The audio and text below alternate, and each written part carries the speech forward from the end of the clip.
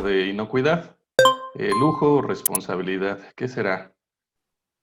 Muy bien, pues vamos a dar inicio.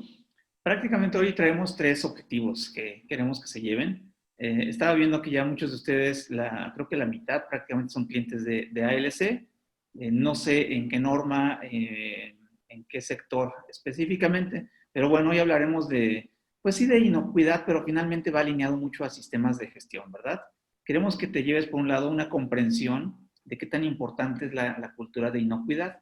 Seguramente este material, si tú eres, también estaba viendo que un buen porcentaje son los líderes de sistemas de gestión, seguramente te va a ayudar esta información para bajarla con los colaboradores, pero también con los directivos, ¿no? Entonces, incluimos varias estadísticas que esperamos que toquen fibras sensibles en temas de salud, ¿verdad? Y cómo la inocuidad nos afecta no solo a la salud, sino también a la parte del negocio, ¿no? Que al final, pues para eso estamos las empresas, para generar negocio, para ser rentables.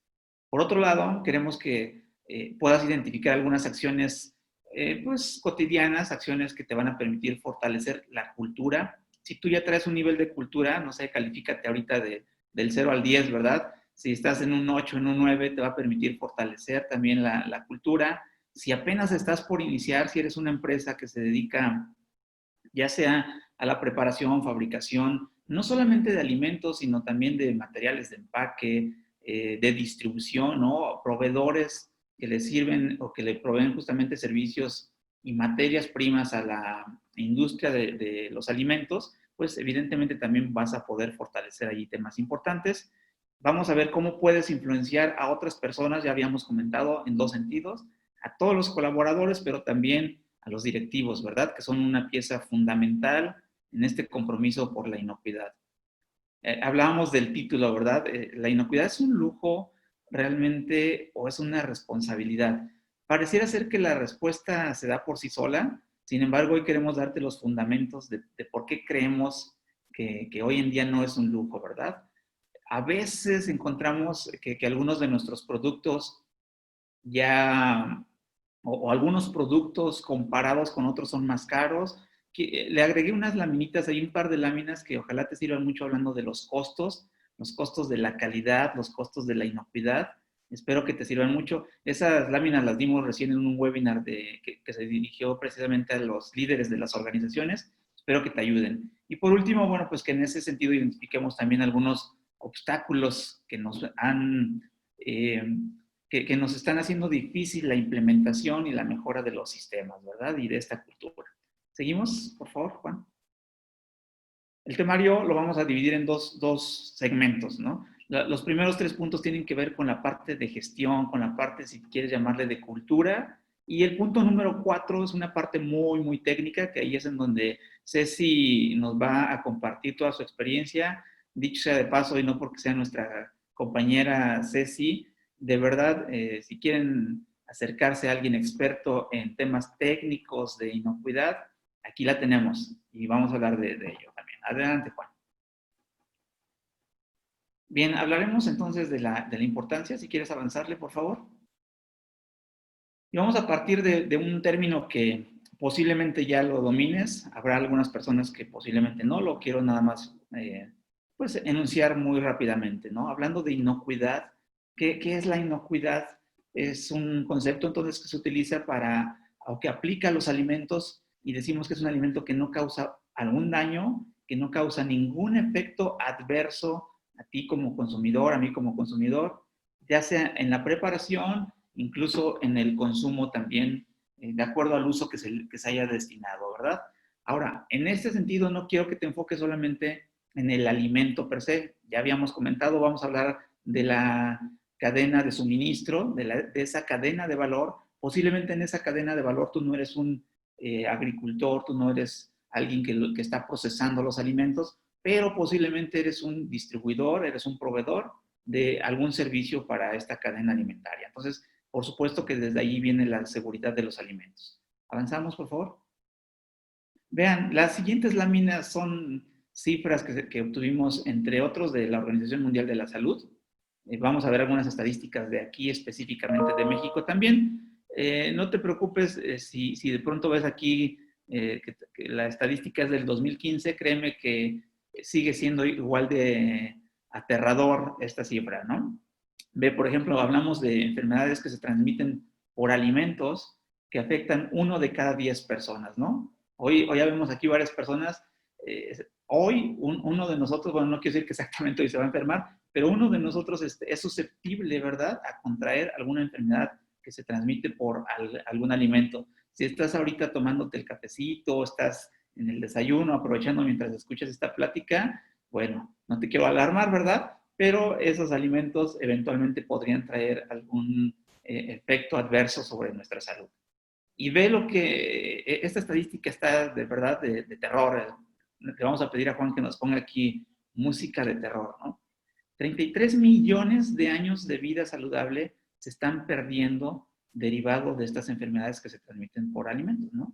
Es decir, si le sumas el tiempo que duras tú enfermo por alguna enfermedad que adquiriste mediante algún alimento, ¿sí?, y le sumamos la de toda la población, volvemos a insistir, esta estadística es de la OMS, 33 millones de años de vida saludable se fueron a la basura, se desperdiciaron, ¿no? Imagínate el impacto, eso escálalo a tu organización. Si te ha tocado de pronto que traes un indicador alto de rotación, de ausentismos, ¿no? Toda esa parte que impacta a los trabajadores, y a lo mejor decimos, oye, pero ¿eso qué tiene que ver con mi industria? Bueno, pues a lo mejor con tu industria no directamente, pero posiblemente él en estas fiestas patrias, ¿no? O el fin de semana se fue a algún lado, comió, le hizo daño y mañana ya no se presentó en tu organización, ¿verdad? O en el día de hoy ya no se presentó a tu organización. 33 millones de años de vida saludable, chicos. 420,000 muertes, ¿verdad?, pueden ser provocadas por estas enfermedades y lamentablemente una de cada 3 va a ser niños menores de 5 años. Avanzamos, Juan, por favor. Fíjense, la mitad de la carga mundial de estas enfermedades se provocan por 31 agentes etiológicos, ¿sí? La mitad, ahí tenemos algunos agentes, nos dice el norovirus, ¿no? E. coli, salmonella, seguramente algunos de ellos los has escuchado y no sé, no quiero también inventar cosas, pero seguro igual ya hemos tenido a alguien muy cercano con alguna de estas enfermedades. 550 millones de personas se enferman, de las cuales, fíjate, 230,000 mueren por este tipo de enfermedades. 220 millones son menores de 5 años, ¿verdad?, enfermos, y 96,000 lamentablemente mueren también. Las enfermedades hoy en día ya están clasificadas, están catalogadas como problemas mundiales de salud pública, ¿verdad? Ahí vienen 5 agentes que provocan o podrían provocar estas enfermedades transmitidas por alimentos: bacterias, virus, parásitos, toxinas y, por qué no decirlo, productos químicos. Si tu empresa se dedica, por ejemplo, hemos atendido clientes que se dedican a los empaques, ¿no? Empaques, y a veces ni siquiera el empaque primario, a veces es un secundario, o a veces nos vamos hasta un tercer nivel. Pero si esos empaques eventualmente tienen el logotipo impreso, ¿no?, de cierta marca, utilizas tintas, si tú estás en almacenes, bueno, son temas que podrían también generar o causarnos una enfermedad que se transmite por alimentos, ¿verdad? ¿Seguimos, Juan? Ya nos bajamos a México, entonces, nos vamos entonces a un registro ya más local, ¿verdad? Sí, del año 2016, pero mira, no vamos a leer todos los padecimientos que fueron identificados. Me gustaría que te centraras en el total de diagnósticos, ¿no? 5 millones de diagnósticos, y dejamos ahí en rojito los casos más prevalecientes, ¿no? Amebiasis intestinal, infecciones intestinales por otros organismos, el mintiasis. Ahora, por un lado está la persona que lo fabrica, la que lo produce, la persona que distribuye este alimento, pero también muchos de estos temas son imputables al consumidor, ¿verdad? ¿Qué cultura también nosotros tenemos de higiene? Entonces, si tú le sumas a esa cultura, tanto en la parte industrial, en la parte comercial, en la parte personal, pues aquí tienes un resultado interesante, ¿no? 5 millones. ¿Seguimos, Juan, por favor? La siguiente lámina no la vamos además que está muy chiquita y ahorita ni lentes traigo, chicos, pero miren, viene una estadística desde el 95 hasta el 2016. Como pueden ver, eventualmente traemos ahí un pico, ¿verdad? En el 97, 98. Ha ido decreciendo de pronto, ¿no? Evidentemente, cada país, en este caso México, pues ha ido tomando algunas acciones y también es digno de reconocer que muchas organizaciones, seguramente la tuya, ya está tomando acciones también para mitigar estos efectos en los alimentos, productos alimenticios y demás. Avanzamos, Juan. Miren, hablábamos de 5 millones entonces, ¿no? Números redondos. Puedes ver entonces que la incidencia, vamos a ubicarnos en ese mapa de México, ve la incidencia en qué estados lo traemos, ¿no? Curiosamente, aquí nos sería interesante meternos a un análisis, el cual no lo vamos a hacer ahorita, ¿verdad? Pero mira dónde está esa región, ¿no? Norte del país, por ejemplo, traemos un rojo interesante, el más alto, de hecho, ¿verdad? En la parte centro, ¿no? Y un poquito también cargado ahí hacia el sureste, por ejemplo. Ahí están concentradas esas cantidades, es donde tenemos mayor incidencia. Habría que investigar, ¿verdad? ¿Qué está sucediendo allí? ¿Qué será? ¿El calor? ¿Será que es frontera? ¿No? Porque puede ser que ese estado está recibiendo a lo mejor muchos alimentos de otros lados, es más fácil recibirlos de allí. Por ejemplo, se me viene a la mente Baja California, ¿no? Que a pesar de que no es un rojo, está en el siguiente índice, ¿no? De 2.9 a 3.6. Eh, ¿qué, ¿Qué pasará ahí? Por ejemplo, ¿cuánta industria habrá? ¿Habrá la industria suficiente para recibir un alimento local? ¿O viene de otros lados? Vean, tendrá que cruzar entonces seguramente el mar. Obviamente, por cuántos transportes, cuántos kilómetros habrá que recorrer los alimentos que llegan a ese estado? Son muchas cosas las que hay que investigar y no las vamos a hacer el día de hoy, ¿verdad? Lo que quiero que veas entonces es un poco el panorama que se ha venido dando en los últimos años y vamos a ir destacando entonces la importancia de invertirle en un sistema de gestión, invertirle en controles, ¿verdad? Por ejemplo, estos datos sería interesante que los conocieran nuestros directivos, ¿no? Datos en los que no quisiéramos formar parte de esa estadística como empresa, ¿verdad? No quisiéramos ser los que están provocando esta estadística. Avanzamos, Juan, por favor. Miren, aquí en México cada año mueren entonces 16,000 personas. Seguimos hablando de enfermedades que se transmiten por alimentos, ¿verdad? Y el impacto económico es brutal también, ¿no? 1,100 millones de dólares que hoy en día se están perdiendo o que se están invirtiendo en temas de salud, que se dejan de invertir en temas industriales, 1,100 millones de dólares. Será interesante entonces un indicador, fíjate, tú como empresa, me voy a adelantar un poquito al tema de indicadores, ¿verdad? Sería conveniente que no solamente tengamos indicadores relacionados con la parte técnica del producto, con la parte de la calidad y de la inocuidad, ¿no? Sino con la parte de negocio. ¿Cómo es que te está impactando la no inocuidad, la falta de controles? Y en un momento más van a ver una gráfica muy interesante. Avanzamos, Juan. Miren, tenemos por otro lado alertas de inocuidad, ¿verdad? En productos que se están exportando, que implican incluso o han implicado cierres de mercados. Imagínate que de pronto te llegue a ti también una alerta o que tú provoques una alerta, ¿no? Por esos productos. Que tu producto con el lote XYZ es necesario retirarlo del mercado porque por allí alguien ya hizo alguna denuncia, ¿no? Y ya se están presentando ciertos problemas. Pues la cantidad de dinero que vas a invertir, ¿verdad?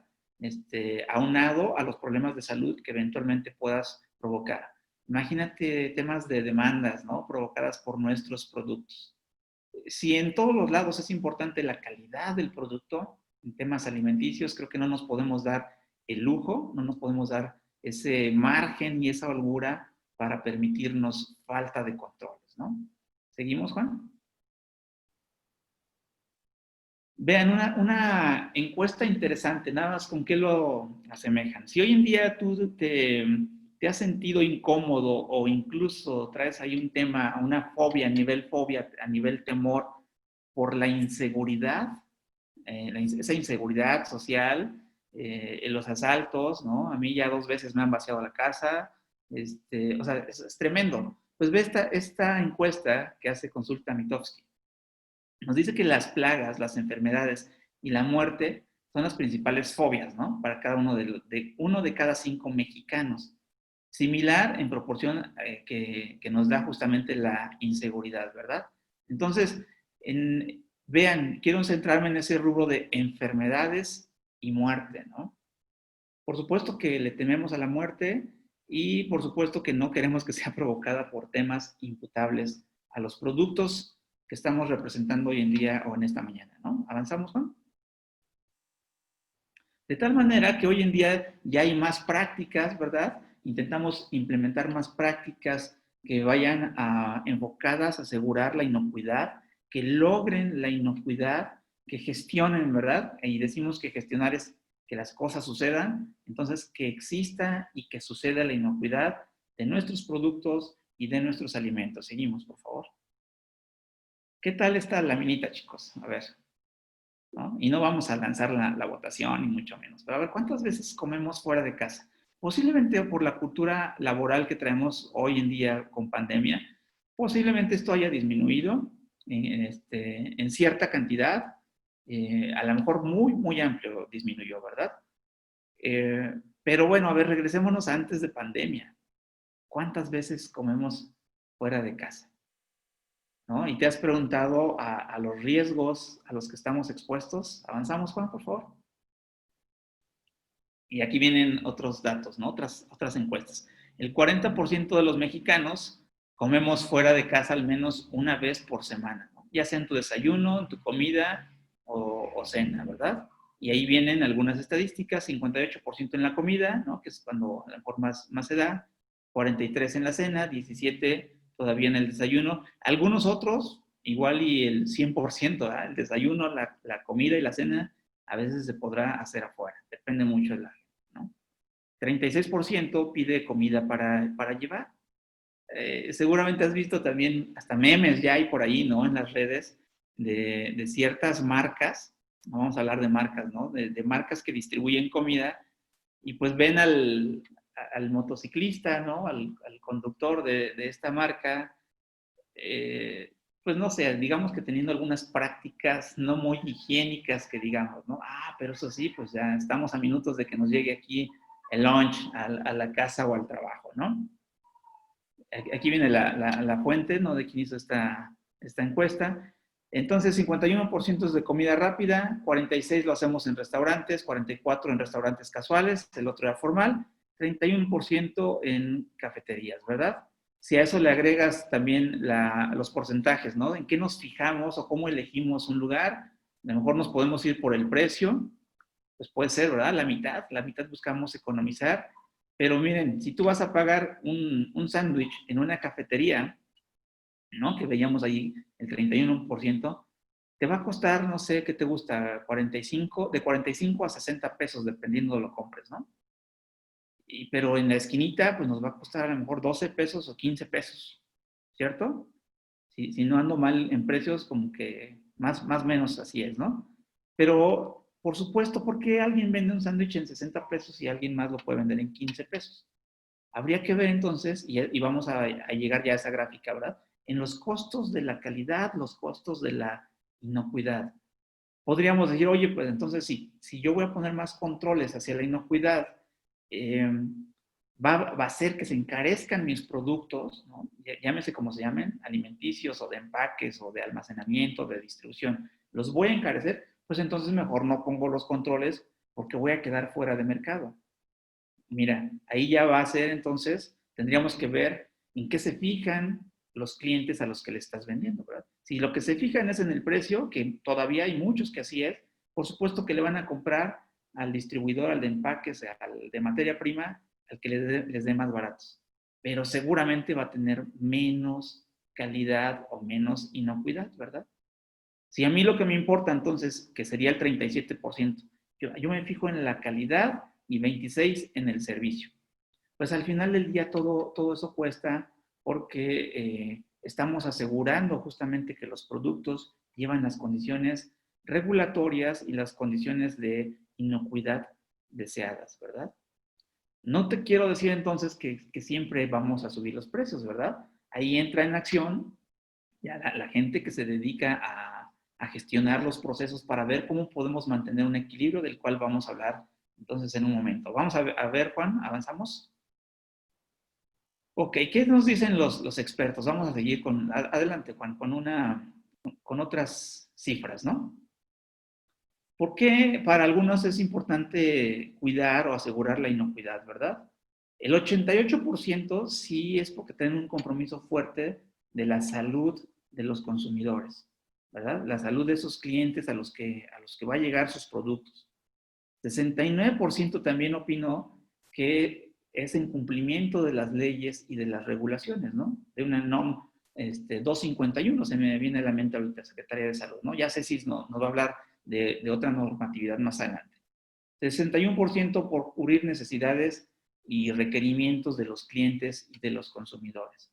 Vean, entonces ahí podemos ir ya respondiendo a esa pregunta, ¿verdad? ¿La inocuidad es un lujo? Pues no, créeme que si a mí me preguntas, yo te diría, pues yo preferiría gastarme nada más 15 pesos en un sándwich, ¿verdad?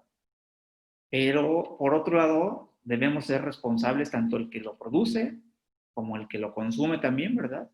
Oye, si yo lo consumo y por cualquier situación llego a enfermar y formar parte de esta estadística, pues mi familia, ¿verdad? Y el sustento que yo pueda estar llevando también, los medicamentos que voy a pagar, pues evidentemente van a ir en detrimento de mi persona.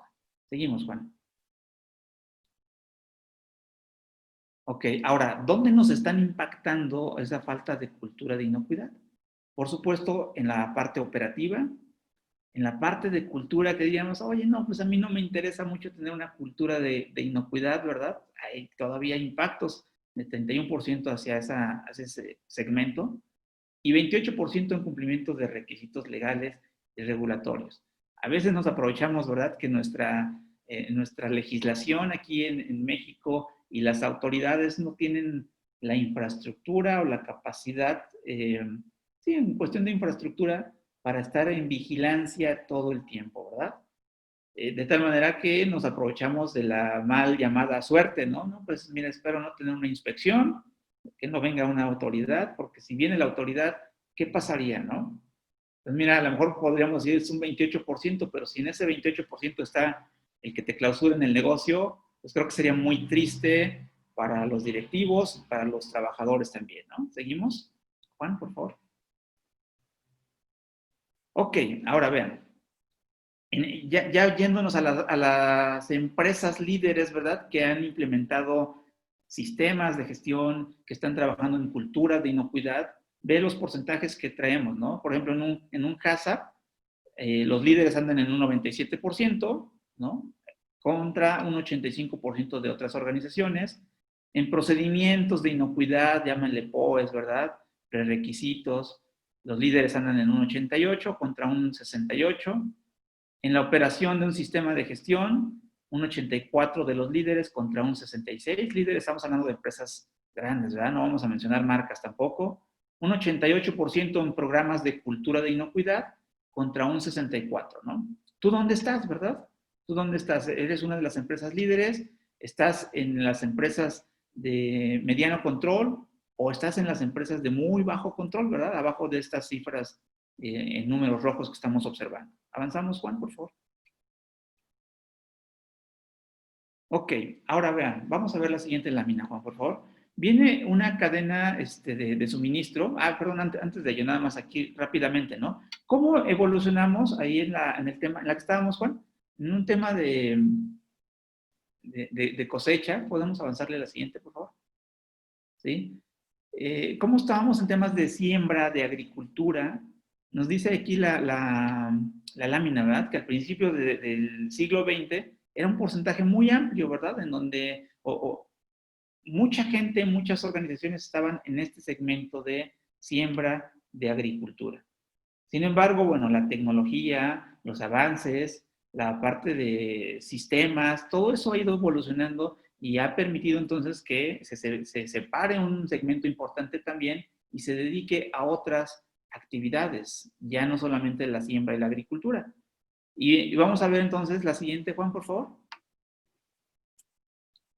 Vean, nos vamos ahí entonces desde la gente o empresas, personas que se dedican a la siembra, a la producción, ¿verdad? Ahí está la vaquita, está el barco de la pesca, está el rancho, ¿verdad? Donde hay una siembra importante, pero después viene toda la cadena de suministro, viene la cadena de valor.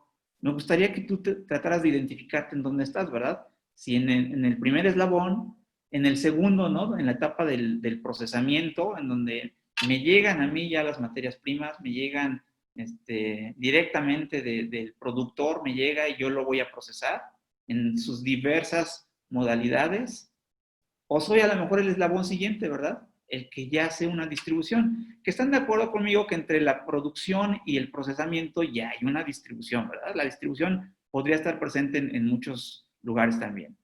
A lo mejor yo soy el que pongo el transporte para, oye, pero yo transporto costales de comida para perro, ¿no? O yo solamente transporto los vegetales de la central de abastos y los llevo a los restaurantes. Bueno, pues déjame te digo que formas parte de esa cadena de suministro, de esa cadena de valor que deberíamos estar asegurando la inocuidad. Adelante de la distribución tenemos, ya nos separamos, ¿verdad? A lo mejor en restaurantes o ya directamente a las ventas, ¿verdad?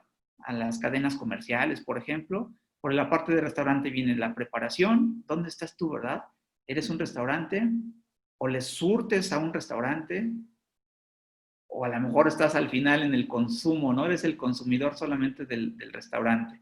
Del otro lado, seguramente eres el comprador también de esa venta en cadenas de supermercados, por ejemplo, ¿verdad?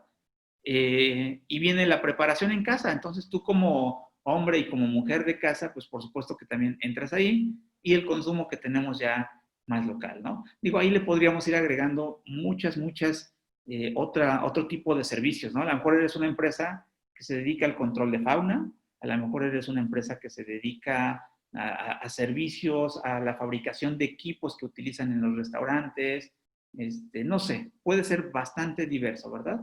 De tal manera que a esta cadena, ¿no? El Departamento de Agricultura de los Estados Unidos le llama sistema alimentario. Y vean entonces cómo esto hace una red bastante compleja, ¿sí? Que nos vuelve a llevar al origen, ¿no? De la pregunta. ¿La inocuidad es un lujo o es una responsabilidad? Oye, pues que mira, yo sí me puedo dar, voy a usar la palabra, me puedo dar el lujo de que todas mis unidades de distribución pues tengan un control de fauna nociva. Aquí está el certificado, cuento con una empresa de servicios que me da el servicio, me realiza el servicio cada X tiempo y pues le pago, ¿no? Sí, pero es un lujo, o sea, realmente es porque te está sobrando capital, ¿no? Te está sobrando dinero y por eso lo haces, o realmente es un requerimiento legal, es un requerimiento de los clientes y se convierte en una responsabilidad o corresponsabilidad en función de lo que estoy transportando, ¿no? Avanzamos, Juan, por favor. Ok, y miren, ya para empezarle a dejar a Ceci ya en un momentito, vamos a hablar de costos preventivos en una organización contra los costos de fallos. Estas láminas, si tú estuviste en el webinar que se puso para los directivos de las empresas, te va a sonar familiar, ¿no? Del lado izquierdo, en los costos preventivos, llámale para la inocuidad y para la calidad, está toda la parte de educación o formación, ¿no? Cursos, está la parte de ingeniería, prerequisitos, controles, mi gestión empresarial, mis equipos, ¿no? El equipamiento, mis materiales que utilizo, los nuevos procesos, investigaciones, o sea, toda la parte del negocio contra las fallas, ¿no? De tu organización. Si hoy tenemos el famoso recall, ¿no? Reprocesos, retrabajos, reparaciones, reclasificación de productos, gestionar quejas, atender garantías, perder contratos, perder un intangible importante, ¿no? La imagen y desprestigio de mi organización. Tengo demandas, ¿sí? Todo eso cuesta dinero. Y a lo mejor diríamos, es que entonces por eso el sándwich cuesta 60 pesos, ¿no? Porque le están apostando mucho a los costos preventivos en una organización. Sí, pero ahí tú tienes que equiparar entonces a dónde le vas a invertir, en la parte de prevención o en la parte de atender una demanda porque ese sándwich ya le hizo daño a alguien. ¿No? Vamos a ver la siguiente, Juan, y vamos a ir avanzando en la siguiente poco a poco. Dale un clic si quieres. Voy a ir explicando ahí algunos temas. Vean, entonces tenemos aquí nuestros dos ejes. Por un lado, la calidad en una escalita de 1 a 10 y por otro lado, los costos, ¿no? Llámale por fallas o preventivos. Vamos a hablar primeramente de los costos preventivos y vean cómo hay una correlación interesante. Lástima que no puedo hacer aquí el dibujo, pero a ver si nos puede ayudar Juan a ir señalando, ¿no? Por ejemplo, una calidad e inocuidad 1 o 2 o 3, que tenemos ahí como poca, un índice bajo realmente. Fíjate la cantidad de costos que podríamos tener. O sea, todo lo de arriba, a partir de arriba de tu línea verde, exactamente hacia arriba, son los costos, ¿verdad? Los costos por fallos. Es decir, sí hay una correlación entre tu poca inocuidad y tus pocos controles versus los costos que vas teniendo, llámale por demandas, pérdidas de contratos y demás. Y después, si nos vamos al 10, ¿no? A un 10 de inocuidad y de calidad de tus servicios y de tus productos, pensaríamos entonces que los costos preventivos sí se están elevando. Es lo que te comentaba, ¿verdad? Oye, mira, yo tengo una calidad de 10 porque mis costos preventivos también son de 10, o sea, son bastante altos, ¿no? Y ahí es en donde decimos, tengo que dar mi sándwich en 60 pesos, tengo que dar este servicio y ya quedé fuera de mercado. A ver, vamos a avanzarle, Juan, dale un clic, por favor. Y viene la parte de los costos de fallos, ¿no? Si quieres avanzarle. Ok. Y a la inversa, ¿verdad? Mira, si tus costos, o tu inocuidad, perdón, ya habíamos comentado, si es de 1 o 2, tus costos están acá en la flecha roja, ¿no? Está hasta la parte más alta. Y en la medida que esas fallas tú las vayas disminuyendo, ¿sí? Y que le vayas apostando más a la calidad y a la inocuidad, tus costos de fallos tendrían que ir disminuyendo, ¿vale? Aquí viene un efecto bastante interesante. Si se fijan más o menos a la altura del 5, se cruzan mis costos preventivos y mis costos de fallos, ¿verdad? A lo mejor diríamos, oye, entonces yo quiero una inocuidad y una calidad de 5. Vamos a darle clic. Todo el mundo pensaríamos eso, posiblemente, ¿verdad? La respuesta es no. Esa es la zona de mayor riesgo. Es la zona en donde más bien nadie queremos estar aquí. Porque es como aventar una moneda al aire. ¿Eh? Como puedes tener o como no puede haber inocuidad.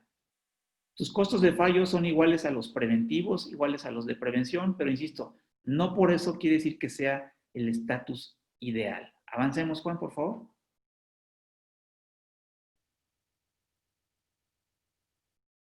Okay, la siguiente.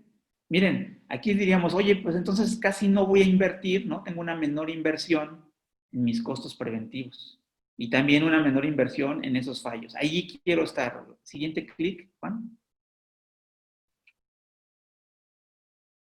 Aquí está el costo total, es igual a la suma de ambos costos, ya lo platicamos, avanzamos. Y yo te diría entonces, más bien es tu zona de alerta, ¿verdad? Si hoy en día tu inocuidad es de esa escala, ¿no? De 5, por tratar de cuidar los costos, yo te diría, cuidado, estás en la zona más peligrosa. Avancemos, por favor, Juan. Aquí es en donde empieza a entrar el arte de controlar precisamente, pero también cuidando los costos preventivos. Miren, todos los directivos, y el que me diga que no, yo creo que está en el lugar equivocado, todos los directivos de todas las empresas, de todos los segmentos industriales, quieren apostarle a un mayor número de ventas. Entonces, si mi proyección de ventas, ¿no? La estipulo hacia la alza, justamente donde se cruza con mi costo preventivo, ahí en esa flecha verde, justo ahí donde está señalando Juan, vean, me da aproximadamente este gráfico no está diseñado milimétricamente, ¿no? Pero más o menos nos da ahí en un 7. ¿Qué quiere decir eso? Que si con una inocuidad de 7, tú vas a lograr que las ventas aumenten y que tus costos preventivos también se mantengan en un índice adecuado, sería como el estatus ideal. Ojo, y no quiero decir entonces que somos mediocres, ¿no? Estamos, pues le estamos apostando al 7. No, finalmente es en sentido figurado y es donde te decía, entra el arte de qué controles voy a poner preventivos que no sean los que le impacten en las finanzas de la empresa, que me generen la inocuidad que la legislación y los clientes me están pidiendo y que además de todo me contribuya en las ventas, ¿no? Es decir, que evite los rechazos, que evite el recall y demás, ¿no? ¿vale? Entonces, vamos a ver una última parte de nuestra gráfica que viene ahí en la parte de abajo. Y yo te preguntaría, ¿dónde estás tú, no? Fíjate, este es un buen parámetro, ¿verdad?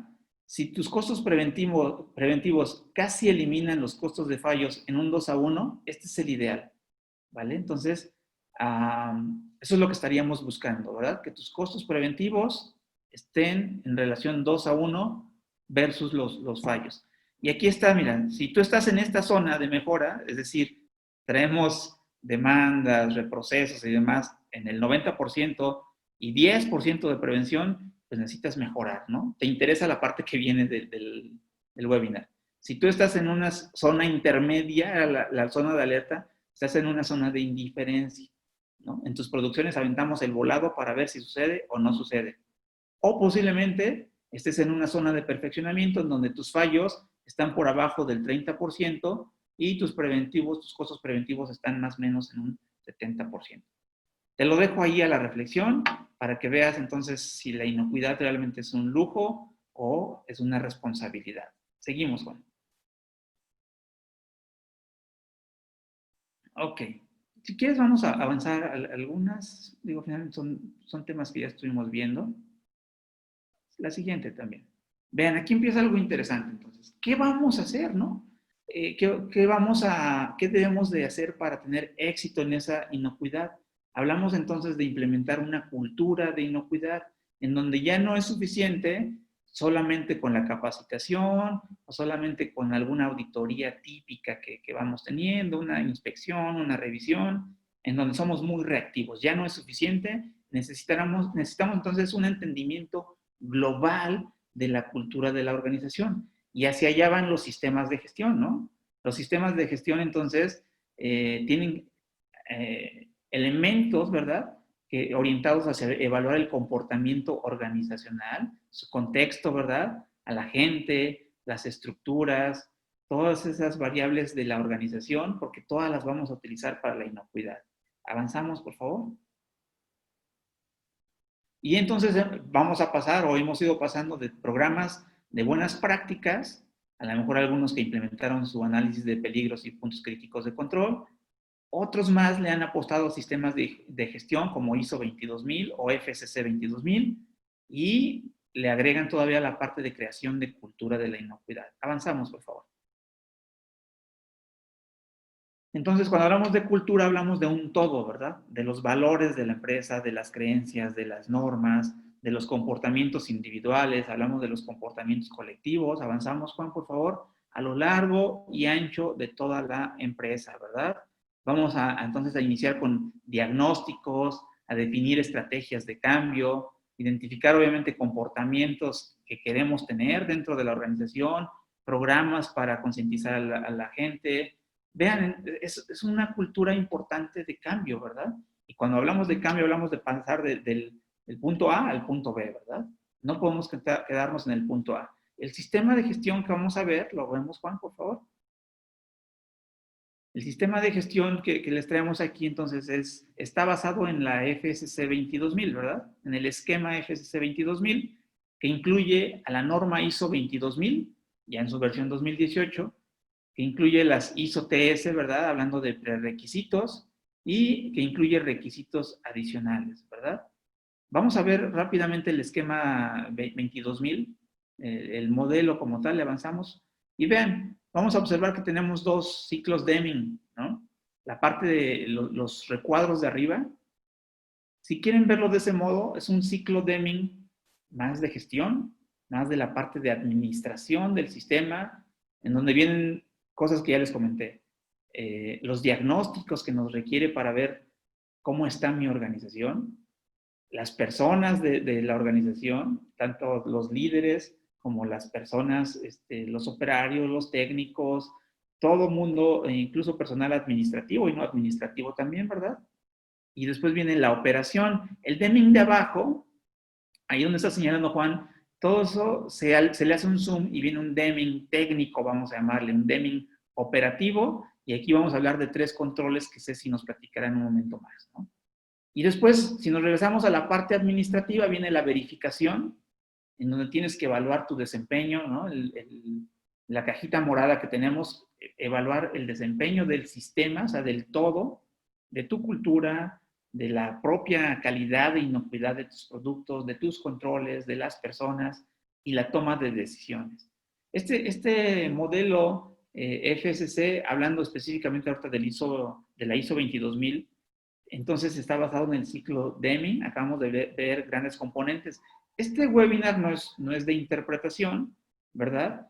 Lo que quiero darles son algunos elementos que consideramos como los ejes más importantes en el modelo. ¿Le avanzamos, Juan, por favor?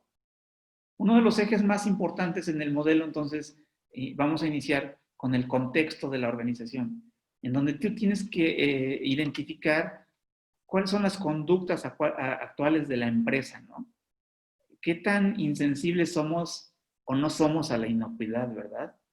Nos da igual, por ejemplo, que nuestras unidades de transporte pues ya estén dañadas, estén deterioradas, que los pisos de nuestra empresa estén dañados con grietas, en donde se pueda acumular suciedad y eventualmente, por qué no decirlo, en nuestros equipos algún patógeno de los que ya platicamos hace un momento. Tienes que evaluar entonces de manera interna y externa, ¿sí? De manera responsable, ojo, no porque te sobre el dinero, de manera responsable tienes que establecer o implementar metodologías para evaluar tu contexto. Ahí en ALC vas a poder encontrar un webinar por ahí también de herramientas para el contexto de la organización. Aquí no vamos a hablar de las herramientas, solamente queremos mostrarlo como eje vertical, ¿no? Vamos a la siguiente, Juan, por favor.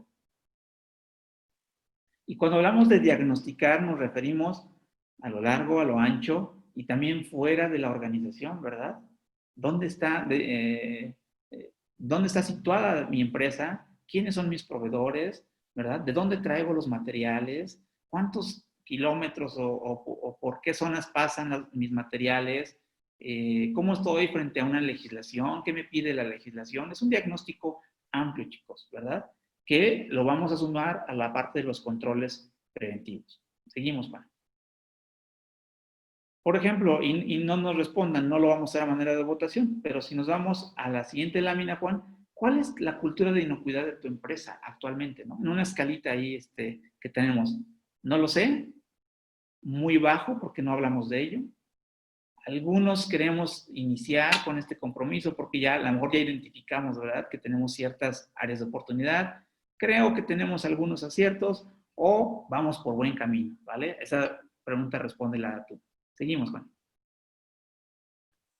Este contexto, entonces, lo tienes que alinear tanto como objetivo. Los objetivos, la norma no le llama objetivos estratégicos, pero sí nos pide que en función de ese contexto interno y externo, y en función de tu misión y tu visión, y en función de tus valores actuales, desarrolles objetivos. ¿Qué quieres lograr frente a la inocuidad? Pero yo te invitaría a meterle también qué quieres lograr frente al negocio, ¿verdad? Y haces ese híbrido. Al final la inocuidad te tiene que funcionar también y te tiene que servir para generar negocio, ¿verdad? Los grupos de interés, otro tema que la norma me pone ahí, ¿verdad? Como partes interesadas. ¿Quiénes son, verdad? ¿Quiénes son esas personas que trabajan conmigo, para las que trabajamos, las que trabajan para mí? ¿Por qué entidades gubernamentales estoy siendo regulado? ¿Verdad? Porque a partir de eso, que es parte de tu entorno externo también, vas a captar necesidades, vas a captar requerimientos y vas a poder ir moviendo tu gráfica de los costos preventivos y de fallos, ¿verdad? Oye, a ver, tal cliente no me tolera nada de fallos, entonces no me puedo dar el lujo, ¿verdad?, de no tener controles preventivos. Y tú vas a poder ir diseñando tu escalita de inocuidad como la vimos en el gráfico anterior. ¿Avanzamos, por favor? Ve, entonces, estos temas te sugiero que los platiques con la gente, con los directivos, porque otro eje fundamental en estos es el liderazgo, ¿verdad? Esta norma 22.000 trae 8 componentes, 8 obligaciones, vamos a llamarle 8 compromisos de liderazgo, ya que obviamente los líderes son los que nos van a marcar el rumbo hacia dónde queremos ir respecto a la inocuidad. Si hay insensibilidad desde la parte directiva, créeme que de una manera muy, muy probable va a haber insensibilidad hacia otros niveles de la organización. De tal manera que el líder tendrá que predicar, voy a usar esa frase ya bien trillada, ¿no? Predicar con el ejemplo, ¿vale? 8 compromisos muy abiertamente declarados en la norma. ¿Seguimos, Juan? Junto con los mensajes, ¿no? ¿Cuáles son los mensajes que nos van dando ese equipo de liderazgo? Tendrá que darnos justamente esas expectativas que tiene la empresa con relación a la inocuidad, ¿verdad? Los mensajes, voy a adelantar a un tema, ¿no? Tienen que ver con los temas de comunicación. Otro eje fundamental, entonces, en la parte de cultura de inocuidad es la comunicación, ¿no? ¿A quién le vas a dirigir qué mensajes? No todos los mensajes van a toda la organización. Ciertos mensajes tendrán que ir a cierto segmento de la organización. Por área se me ocurre también, ¿verdad? Al de compras, al de los almacenes, a los de calidad, ¿verdad? Aseguramientos de calidad, a los inspectores, a los de la planta de producción, a los de distribución, ¿no? Que a veces padrísima nuestra producción, pero ¿qué tal ya en el vehículo donde lo entregamos, ¿no? ¡Wow! Ahí se rompe todo. Y echamos por la borda todo lo ya ganado anteriormente. Seguimos, Juan, por favor. Vamos a ir, no me voy a tener en las preguntas, pero ustedes van a tener acceso a este material. Son preguntas que me gustaría que tú te hicieras de reflexión, ¿verdad? A manera incluso de diagnóstico. Califícalo de 1 a 10, ¿no? ¿Cómo están en cuestión de compromiso nuestros líderes, de los mensajes? Si la misión realmente de la compañía está bien entendida, declarada. ¿Avanzamos, Juan? A lo largo de la presentación te vas a ir encontrando varias preguntas que no necesariamente nos vamos a detener a responderlas. Seguimos, por favor. Otro eje fundamental, las personas, ¿no? Si la persona no tiene los conocimientos, no tiene sus responsabilidades bien definidos, no tiene a nivel de autoridad bien delegado, ¿verdad? ¿Quién sí o quién no tiene ciertas facultades? Es importante entonces, junto con la siguiente lámina, Juan, por favor, que hablemos de la competencia, hablemos de sus capacidades, ¿sí? Junto con su compromiso, ¿verdad? El diagnóstico incluye esa parte. De tal manera que un programa de capacitación, chicos, no es suficiente o podrá ser suficiente para cumplir a lo mejor una norma, pero no es suficiente para crear una cultura de trabajo. La cultura de inocuidad va más allá de un simple programa de desarrollo, ¿verdad? Aquí hablamos entonces de un desarrollo de sus capacidades específicas y técnicas, incluso de liderazgo, ¿verdad? Imagínense un iceberg, chicos. Ese iceberg, de la superficie hacia arriba, están las competencias técnicas de un trabajador. Son las que ves. Son las buenas prácticas. Ahí ves si sabe o no sabe, si sabe los procedimientos, si no. Pero hacia abajo del iceberg están las competencias de liderazgo, ¿verdad?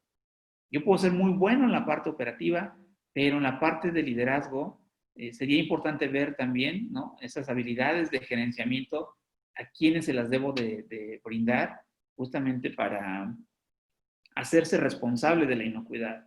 Hemos visto en algunas empresas, ¿no? No sé por qué extraña razón, de pronto los chicos de distribución, digamos que a veces tienen un carácter un poquito complicado, ¿no? A veces hasta como auditores se nos complica cuando llegamos a auditar esa parte, como que hay cierta, no sé cómo llamarle, rudeza, no lo sé, algo muy sui generis ahí. Sin embargo, hay que entrevistarlos, ¿verdad? Pero imagínense a alguien adentro, un supervisor, el encargado del sistema de gestión, en donde no tiene bien fundamentadas sus habilidades de liderazgo y gerenciamiento, y que le tenga que decir a él, convocarlo a un curso. Hemos encontrado frases como esa, no, llevo prisa, me están esperando con el pedido, no puedo entrar a tu curso, ¿no? Dice, a tu curso. O no, ¿sabes qué? Que no llegué a tu curso, porque, oye, pero a mí me dijeron que a esa hora ibas a estar en la sala. Y a veces muy fácil se salen, ¿no? Por la tangente y a nadie les dice nada. Entonces, niveles de liderazgo, de gerenciamiento también son importantes en temas de inocuidad. ¿Avanzamos, Juan? Que sepa cómo hacerlo, ¿verdad? Que sepa hacerlo, que pueda hacerlo y que quiera hacerlo. Ahí están las 3 dimensiones que hay que asegurar en un colaborador.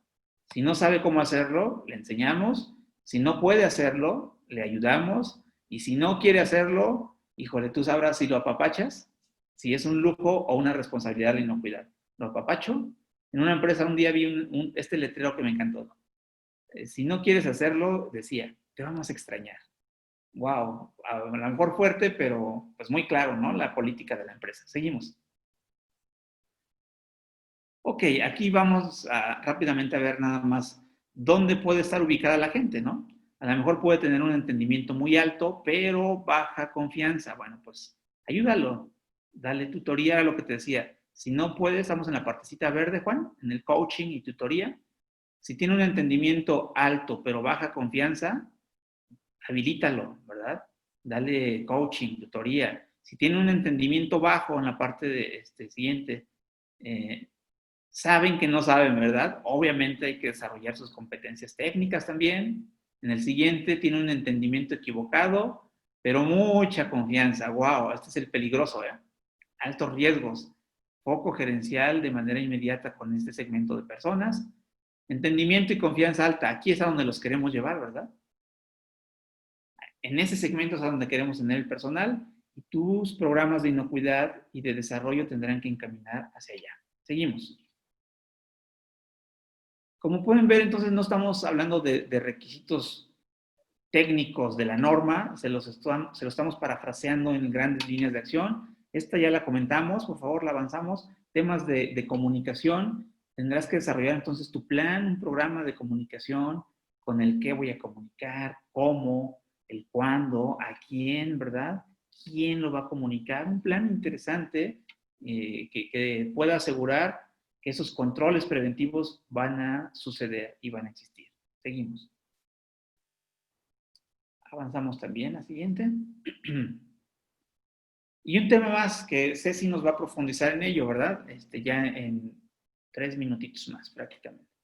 Los riesgos, que sean conscientes de los peligros y riesgos de inocuidad que tiene la organización. Aquí no me voy a detener mucho porque Ceci nos va a hablar de 3 herramientas poderosas para peligros y para riesgos con 3 enfoques diferentes. Nos va a hablar de hazard, nos va a hablar de un plan de defensa de los alimentos también y de un plan para fraude de los alimentos, ¿vale? Entonces, las siguientes láminas las vamos a pasar. Juan, por favor. Solamente te hago extensivo que un eje importante es que la gente entienda entonces a qué peligros y riesgos están expuestas la organización en temas de inocuidad, ya sea al alimento directamente, pero pueden ser que sean al sistema de trabajo también. Avanzamos, por favor. Que estemos conscientes de todos sus peligros. Aquí vienen algunos ejemplos, ¿verdad? Y por último vamos a meter el tema de la medición, chicos. Otro eje, avanzamos, Juan, por favor. Otro eje importante, entonces, la siguiente, son las métricas que va a tener tu organización. Si no mides el desempeño, créeme que difícilmente vas a poder mejorar. Estos sistemas de gestión, entonces, no te dicen con exactitud qué medir. Algunas cosas sí las pone ahí muy claro. Pero cuando hablamos de indicadores, ¿sí? Realmente es el diseñador del sistema, es decir, tú que estás escuchando, el que va a poner los indicadores adecuados para la gráfica que vimos hace un momento, ¿no? ¿Qué fallas están dando? ¿A qué niveles los voy a disminuir? ¿Qué control es preventivo? ¿Cómo voy a asegurar que sigan existiendo? ¿Cuánto me cuesta la inocuidad? Por supuesto que también sería importante. Si le avanzamos, Juan, por favor, entonces, para la medición del desempeño, es importante que empecemos a considerar, aquí vienen algunas cosas, ¿no? Auditorías, tendencias ya en los procesos, ¿verdad?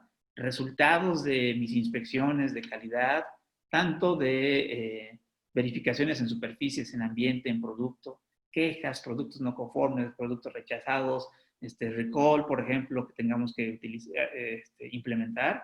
Adelante, Juan. Y aquí ya nada más nos da dos ejemplos, ¿no? Indicadores retrospectivos, por ejemplo, datos de enfermedades, de transmisión por alimentos, si tenemos el dato, estudios microbiológicos, ¿no? Recalls, devoluciones, o aquellos predictivos, ¿verdad? De mi cultura de inocuidad, mi desempeño y conocimiento de la empresa, ¿no? Todas las conductas del personal, sería un tema también importante, tus revisiones y mediciones de tu sistema HACCP, tus riesgos, validaciones, y la última parte es documentalo, ¿no? Documenta la norma, lo que la norma nos pide es que documentemos lo que tú consideres necesario. Algunas cosas la norma te va diciendo qué documentar, ¿sí? En algún otro webinar que hagamos ya de interpretación de la norma, podremos hablar de temas específicos que van a documentar y algunas otras cosas te las deja abierta, ¿no? ¿Qué vas a documentar tú para conservar justamente o preservar el conocimiento dentro de la empresa? Con esto prácticamente espero que nos quede claro la importancia entonces de la inocuidad.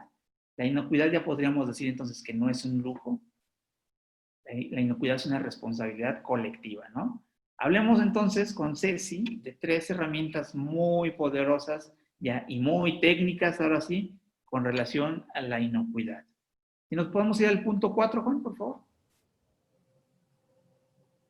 Bien, muchas gracias. Pues sí, justamente como lo estábamos revisando ahorita con Braulio en el tema de cultura de inocuidad, muchas de las cuestiones que estábamos viendo es que es importantísimo que las personas y todos nuestros colaboradores dentro de toda la organización sepan por qué hacen las cosas. En temas de cultura de inocuidad y respecto a los sistemas de gestión que actualmente se encuentran en sus versiones vigentes, todavía no es un debe obligatorio como tal en todas las normas.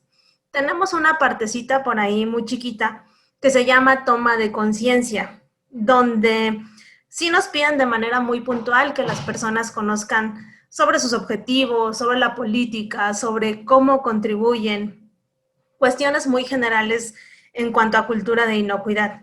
Sin embargo, para allá es a donde se está migrando o donde se espera que lleguemos en los próximos años a que tengamos esta cultura de inocuidad.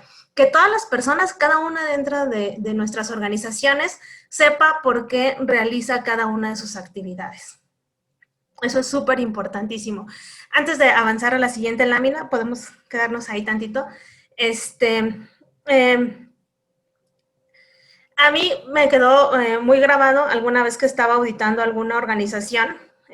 Justamente estábamos haciendo un recorrido por las instalaciones y vimos que uno de los colaboradores no se lavó las manos.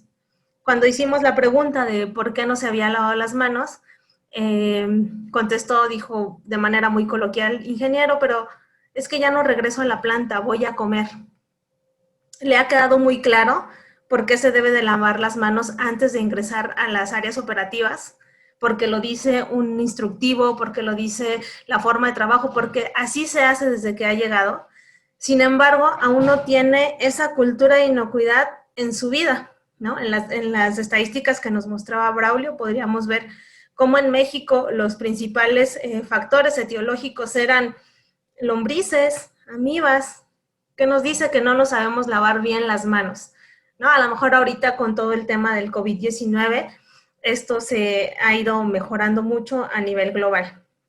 Dentro de todas estas herramientas que tenemos para inocuidad, algunas son requisitos legales, ¿no? Estábamos hablando, la inocuidad es un lujo y aquí ya estamos hablando también de que es una necesidad, ¿no? Tenemos que garantizar al consumidor que vamos a tener alimentos inocuos. ¿Y desde dónde vienen? Ahorita sí, directo desde un requisito legal. De ahí que se diga que la inocuidad en muchos casos no es negociable, ¿no? La inocuidad o el compromiso que tenemos para con el consumidor no es negociable. Y el HACCP no es más que la base para cualquier sistema de gestión. No es el análisis de peligros y puntos críticos de control. Es una metodología que se remonta por ahí de los años 60, cuando se empezaban a hacer estos primeros vuelos espaciales. Imagínense lo complicado que era mandar a personas al espacio y que por ahí les diera alguna enfermedad de transmisión por alimentos. Entonces, con base en eso, la NASA empieza a desarrollar metodologías para proteger la inocuidad de los alimentos. Podemos ver la siguiente. Y el HACCP no es más que un análisis de riesgo, ¿no? Ahorita estamos viendo cómo el análisis de riesgo o los sistemas preventivos están cobrando mucha fuerza en todos los sistemas de gestión. En inocuidad los conocemos desde hace ya mucho tiempo. El HACCP no es más que un análisis de riesgo, es un enfoque sistemático que lo que busca es que justamente no se dependa de las personas, que cualquier persona llegue y pueda ejecutarlo de la misma manera. Y aquí tenemos pues los 3 ejes principales de la evaluación de riesgos, ¿no? Identificar, obviamente, peligros relacionados a la inocuidad, evaluarlos, qué tan malos van a ser o qué tanto impacto van a tener en el consumidor o en la salud de los consumidores, y establecer medidas de control, ¿no? Ahora una definición práctica, ¿no? Identificar y evaluar cualquier peligro que pudiera causar un efecto adverso al consumidor. Y aquí, ojo, si recuerdan la definición que veíamos al inicio con Braulio, decía que inocuidad era pues garantizar que el alimento no va a causar ningún efecto adverso al consumidor. ¿Por qué hago hincapié en eso? Las normas como 22.000 están enfocadas a aquellos peligros físicos, químicos, biológicos, radiológicos y alérgenos que pudieran presentarse en el alimento que enfermen al consumidor. ¿De qué no se hace cargo una norma como 22.000? De temas relacionados con salud pública. Por ejemplo, obesidad, desnutrición, sobrepeso. Esos temas los va a abordar, en el caso de México, Secretaría de Salud por sus normatividades en separado, que en algún punto van a ser un requisito legal que pudiera entrar en 22.000, pero no es el objetivo principal de 22.000, ¿no? Por ejemplo, la norma etiquetado nutrimental, que esa sí viene de la Estrategia Nacional para combatir obesidad y sobrepeso, sin embargo, no es el objetivo de 22.000. Podemos ser parte de una organización que a lo mejor se dedica a la producción de snacks, que no necesariamente van a cumplir con ser alimentos saludables, sin embargo, se pueden certificar en ISO 22000, en FSC 22000 o en cualquier sistema GFCI. Entonces, primero vamos a identificar esos peligros, se van a evaluar probabilidad por severidad para establecer medidas de control y que nos ayuden justamente a que sea un sistema preventivo, que se reduzcan a niveles aceptables y con base en esto establecer nuestro plan HACCP, ¿no? Nuestro programa de monitoreo, verificación y validación de cada una de estas medidas. La siguiente, por favor. Ahora, antes de poder hablar de implementar un plan HACCP, vamos a tener que tener primero programas de prerequisitos. Los programas de prerequisitos, podemos pasar a la siguiente, son estas condiciones básicas que hay que mantener a lo largo de toda la cadena alimentaria. Aquí también es muy importante hacer esa precisión, es a lo largo de toda la cadena alimentaria. ¿Por qué se los digo? Algunas veces cuando vamos a visitar como auditores a alguna organización y estamos haciendo algún recorrido, nos dicen, mira, por aquí no puedes ver porque esto no está dentro del alcance de certificación o dentro del alcance de la auditoría. Sin embargo, los programas de prerequisitos van a ser independientes de este alcance de certificación. ¿Por qué? Porque va a haber cruce de materiales, cruce de personas que pueden ser una fuente de contaminación cruzada y no podemos diferenciar hasta dónde va a llegar las buenas prácticas, hasta dónde va a llegar el control de plagas, hasta dónde van a llegar los programas de limpieza. Los programas prerequisitos aplican en toda la cadena. Es como cuando vamos a preparar la comida, lo primero que hacemos es limpiar toda nuestra área de trabajo y después sí, ya procedemos a hacer nuestras preparaciones. Son súper básicos y se implementan, es el cimiento de cualquier sistema de gestión de inocuidad, estos programas de prerequisitos. Ahora, muy bien, ¿para qué nos sirven fundamentalmente? La siguiente, por favor. Les decía yo, el HACCP no es más que un análisis de riesgos. Riesgos, recordando la definición, no es más que una función matemática de qué tan probable es que me suceda un peligro y en caso de que me suceda este peligro, qué tan malo va a ser, ¿no? Yéndonos un poco a lo cotidiano. Si vamos y nos comemos un taquito en el puesto de la esquina, ¿qué tan probable es que nos enfermemos cuando consumamos ese taquito? Y en caso de que nos enfermemos, ¿qué tan malo va a ser? Eso ya va a depender incluso de la persona, ¿no? es que a lo mejor si es extranjero seguramente va a enfermarse con mayor fuerza. Entonces, esta función matemática de probabilidad por severidad nos va a dar el riesgo. En esta función matemática, ¿dónde entran los programas de prerequisito? Justamente en la probabilidad. Lo que nosotros como miembros de una organización podemos controlar de manera más efectiva es la probabilidad de que un peligro se presente. La severidad del riesgo no está tanto dentro de nuestro control. Salmonela va a ser igual de mala en la primera etapa que posteriormente, pero la probabilidad de que se presente, sí. Cuando revisamos un HACCP y vemos que tiene muchos puntos críticos de control o muchos programas de prerequisito operativo, pues habla de dos cosas básicamente. La primera es que los programas de prerequisitos no están bien implementados, o la segunda, que es probable que esa evaluación de peligros no se haya hecho de manera adecuada. ¿De qué peligro se va a hacer cargo el HACCP? Contaminación biológica, química y física que pudiera ocurrir en un ambiente. La siguiente, por favor.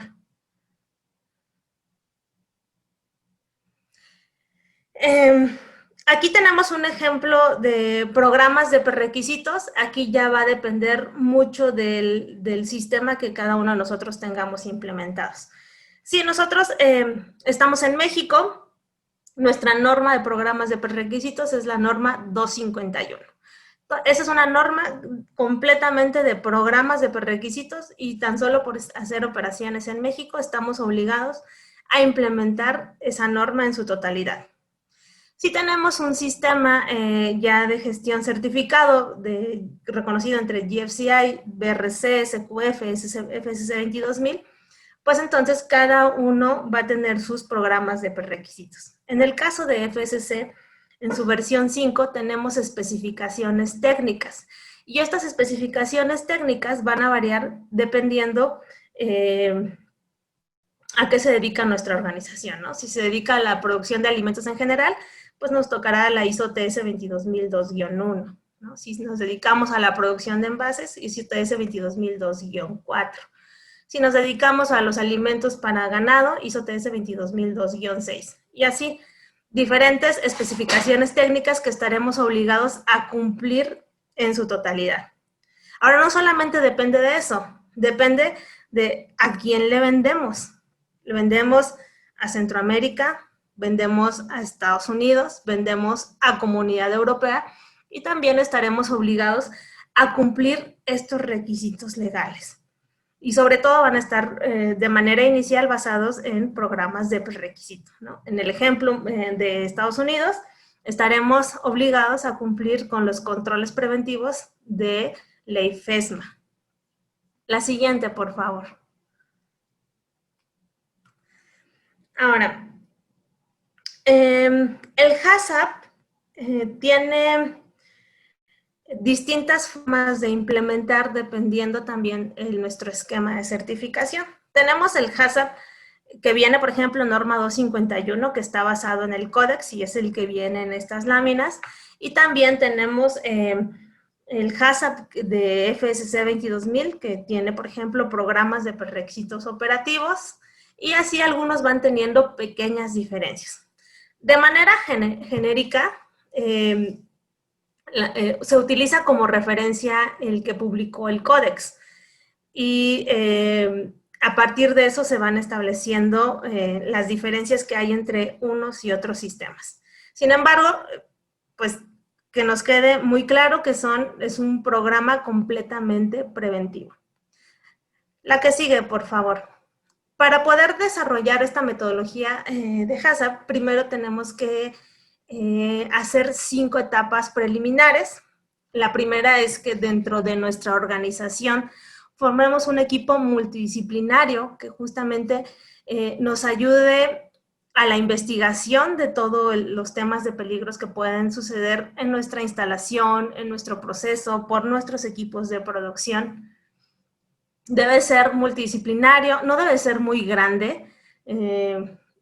Equipos muy grandes puede costar mucho trabajo que tomen decisiones. Entonces, un equipo entre 7, 10 personas puede ser suficiente. Lo que sí, en este equipo HACCP debe de haber personas con capacidad de decisión, ¿no? De preferencia mandos medios y superiores. La segunda etapa es la descripción del alimento. Después, bueno, aquí en la descripción vamos a poner características del alimento que pudieran afectar la inocuidad del producto, acidez, AW, pH, cuestiones microbiológicas, etc. Determinación del uso previsto, para qué está destinado nuestro alimento, nuestro material de empaque que estamos proporcionando. Y aquí también muy importante, tenemos que determinar el uso no previsto, pero razonablemente previsible. De ese también nos tenemos que hacer cargo, ¿no? Y por ejemplo, ahí regrésense a cuando eran niños y salían de la escuela, y a mí, por ejemplo, me gustaba tomar los frutsis.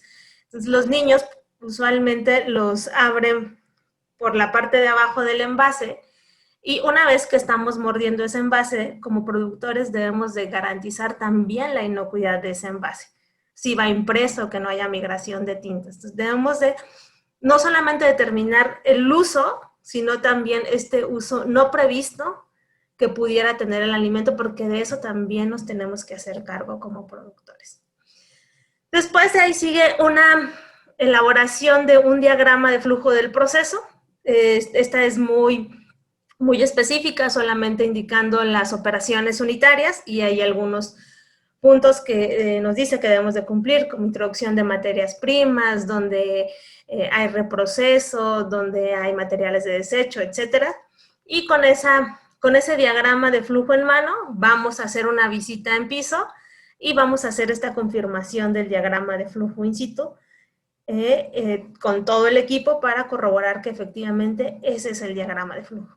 Estas son las 5 etapas generales que propone el Códex. Sin embargo, por ejemplo, en ISO 22000 y en controles preventivos de FDA, nos plantean una 6ª etapa, que es la descripción de cada una de las etapas del proceso, y ahí tenemos que identificar si pudiéramos tener algunos cambios del entorno, de que si tenemos más turnos o cuestiones ya físicas de nuestro proceso que pudieran afectar esta evaluación de peligros, ¿no? A lo mejor en nuestro programa de requisitos de construcción y diseño y de instalaciones dice que todos nuestros equipos deben de ser de acero inoxidable, superficies limpias y de fácil limpieza. Sin embargo, la realidad es que no todas las plantas están así. Algunas son muy viejitas y han crecido con el paso del tiempo, y a veces por ahí no tenemos superficies exactamente lisas en todos los lados que tiene contacto directo con el producto. ¿Qué se hace ahí? Se refuerza con programas de limpieza y debemos de tener verificaciones más exhaustivas. Ese tipo de cositas debemos de describir en nuestros procesos para ser considerados después en la evaluación de peligros. La que sigue, por favor. Y ahora sí, ya el HACCP se compone por 7 principios, ¿no? Donde llevamos la mayor carga de esta metodología es justamente en el principio 1, que es realizar el análisis de peligros. Ahí nos está pidiendo totalmente la evaluación del riesgo. Ahí vamos a identificar, vamos a evaluar probabilidad por severidad, vamos a determinar peligros significativos, y después sí, ya a partir de eso llega el principio 2, que es determinar puntos críticos de control, y aquí otra vez se abren diferencias. Puntos críticos de control nos lo pide el Códex. Cuando hablamos ya de ISO 22000 o FSC 22000, vamos a ver que estas medidas de control se llaman de 2 maneras. Se llaman puntos críticos de control o programas de prerequisito operativos. Y si nos vamos a ley FISMA de FDA, se llaman controles preventivos de operación. Es lo mismo, nada más tenemos que tener muy claro qué normativa estamos enfocados a cumplir. Una vez después de eso establecemos los límites críticos, vamos a establecer después procedimientos de monitoreo de estos límites críticos, y después tenemos que establecer las acciones. ¿Qué vamos a hacer cuando se sobrepasen estos límites críticos? La acción inmediata y ya después, posteriormente, se plantearán las acciones correctivas. Después vamos a establecer procedimientos de verificación y el mantenimiento de los registros. Muy bien. La siguiente, por favor. Ahora, en el principio 1, que era la identificación de los peligros y hacer el análisis de riesgo, ¿de dónde tenemos que hacer nuestra lluvia de ideas? La mayoría de los textos de las normas dice que tenemos que identificar los peligros y nos pone ahí un apellido. Razonablemente previsibles se pudieran presentar en nuestro proceso. ¿A quién vamos a tomar en cuenta? A las personas, al medio ambiente, incluidos los equipos que tenemos en nuestra instalación, y a nuestros ingredientes, materias primas y materiales de empaque. De un conjunto de estas tres cosas vamos a hacer nuestra lluvia de ideas para la identificación de peligros. Las personas, no se les olvide, son una fuente bien importante, somos vectores de fuentes de contaminación cruzada, y es de ahí que ya tiene como un par de años que los alérgenos ya no se pueden excluir casi de ningún sistema de certificación, justamente considerando a las personas como vectores de contaminación. No, que yo me dedico a manufacturar empaque, también tienes que considerar a las personas. ¿Qué pasa cuando van al comedor y a lo mejor ahí consumieron algún alérgeno y de regreso no pasaron por todos tus filtros en la aduana? Pudiera ser una fuente de contaminación cruzada de un alérgeno, que sí, tú no manejas en tu proceso, pero pudiera estar por ahí en los comedores o en estas máquinas expendedoras. La siguiente, por favor. Ahora, ¿qué es un peligro? ¿No? Ya dijimos que el riesgo era la probabilidad por la severidad, la probabilidad de que se presente un peligro y por la severidad. Ahora, un peligro es este agente biológico, químico, físico presente en un alimento con potencial de causar un efecto adverso en la salud. La que sigue, por favor. Y aquí les puse una notita, bueno, es la nota de la norma 22.000, la nota 2, dice: el peligros para la inocuidad de los alimentos debe de incluir alérgenos y sustancias radiológicas. Sabemos que estos ya se consideraban antes también en las evaluaciones de los peligros, pero ahora sí nos hacen hincapié en que tengamos una puntual diferencia en estos dos peligros. Históricamente, la mayor cantidad de retiros que ocurren en la industria son por alérgenos no declarados. Entonces, por eso nos piden, incluso en FSC versión 5, en gestión de alérgenos, que hagamos un análisis de riesgo exclusivo para alérgenos, y lo podemos llevar por separado o puede ser dentro de nuestro plan HACCP tomando en cuenta esto, ¿no? Que sería peligro físico, químico, biológico, alérgeno, para que ahí lo podamos tener muy, muy identificado. Sustancias radiológicas, ¿de dónde? Del agua, y sobre todo somos un gran país que consumimos especias, chiles secos. El principal método de tratamiento de este tipo de productos es justamente la irradiación. Entonces, para que se tengan en cuenta cuando se hacen los análisis de peligro, que se cumplan con los niveles aceptables. La siguiente, por favor. ¿Cómo nos va quedando nuestro análisis de peligros? Bueno, vamos a hacer un análisis por materias primas, por etapas de proceso. Vamos a hacer nuestra lluvia de ideas, identificando peligros biológicos, físicos, químicos, alérgenos y radiológicos. Y no es un tema solamente de 22.000, la definición que veíamos era de 22.000. Los primeros en proponer justamente esta división fue la FDA con ley FISMA y controles preventivos. Son ellos los que sugieren hacer esta puntualización de alérgenos y radiológicos. Y vamos a ir identificando cuáles son los niveles aceptables en producto terminado de cada uno de los peligros que vayamos identificando. La que sigue, por favor. Después nos toca hacer la evaluación de peligros, probabilidad por gravedad o severidad. Para esto vamos a utilizar matrices de evaluación de riesgo.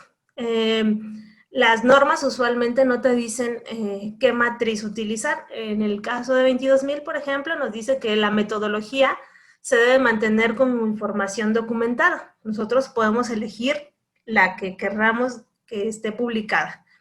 En 251 no viene tampoco una referencia de matriz. Entonces aquí pues va a tocar al equipo de inocuidad, al equipo HACCP, hacer una evaluación de cuál de las matrices publicadas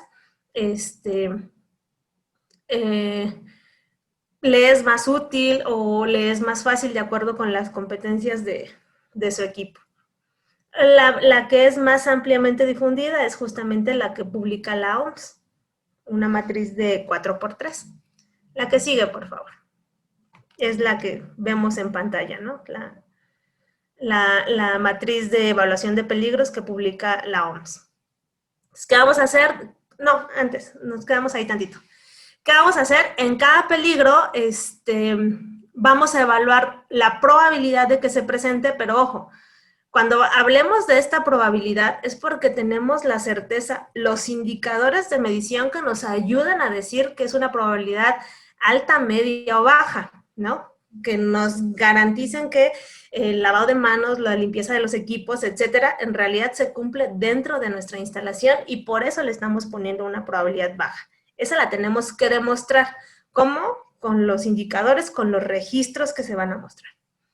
La severidad, esa vamos a tener que justificar con información documentada que tengamos sobre cada uno de los peligros identificados. Por ejemplo, si hablamos de peligros físicos, un peligro físico es aquel objeto duro y punzocortante entre 7 y 25 milímetros si hablamos de población en general, o de un tamaño menor si vamos para lactantes, ¿no? 2 milímetros. ¿De dónde estamos sacando esa información? Tenemos que justificarlo. ¿Dónde está publicado? La evaluación de los peligros es un sistema que lleva mucha investigación y cada cosa que escribamos en el HACCP debe estar totalmente justificada.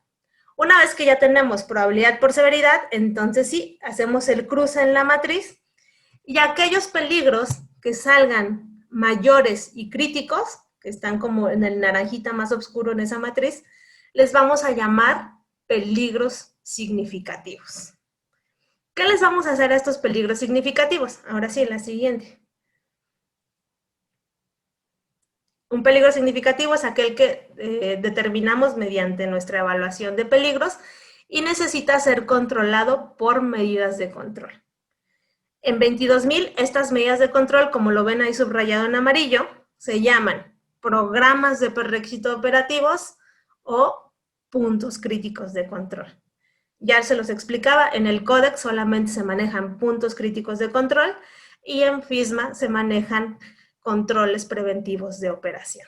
Pero una vez que tenemos un peligro significativo, debemos de ponerle unas de estas medidas de control.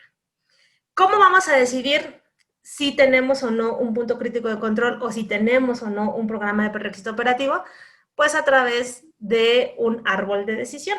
Así es usualmente como se conoce. Es una serie de preguntas que al final nos van a discriminar si tenemos un punto crítico de control o un programa de prerequisito operativo.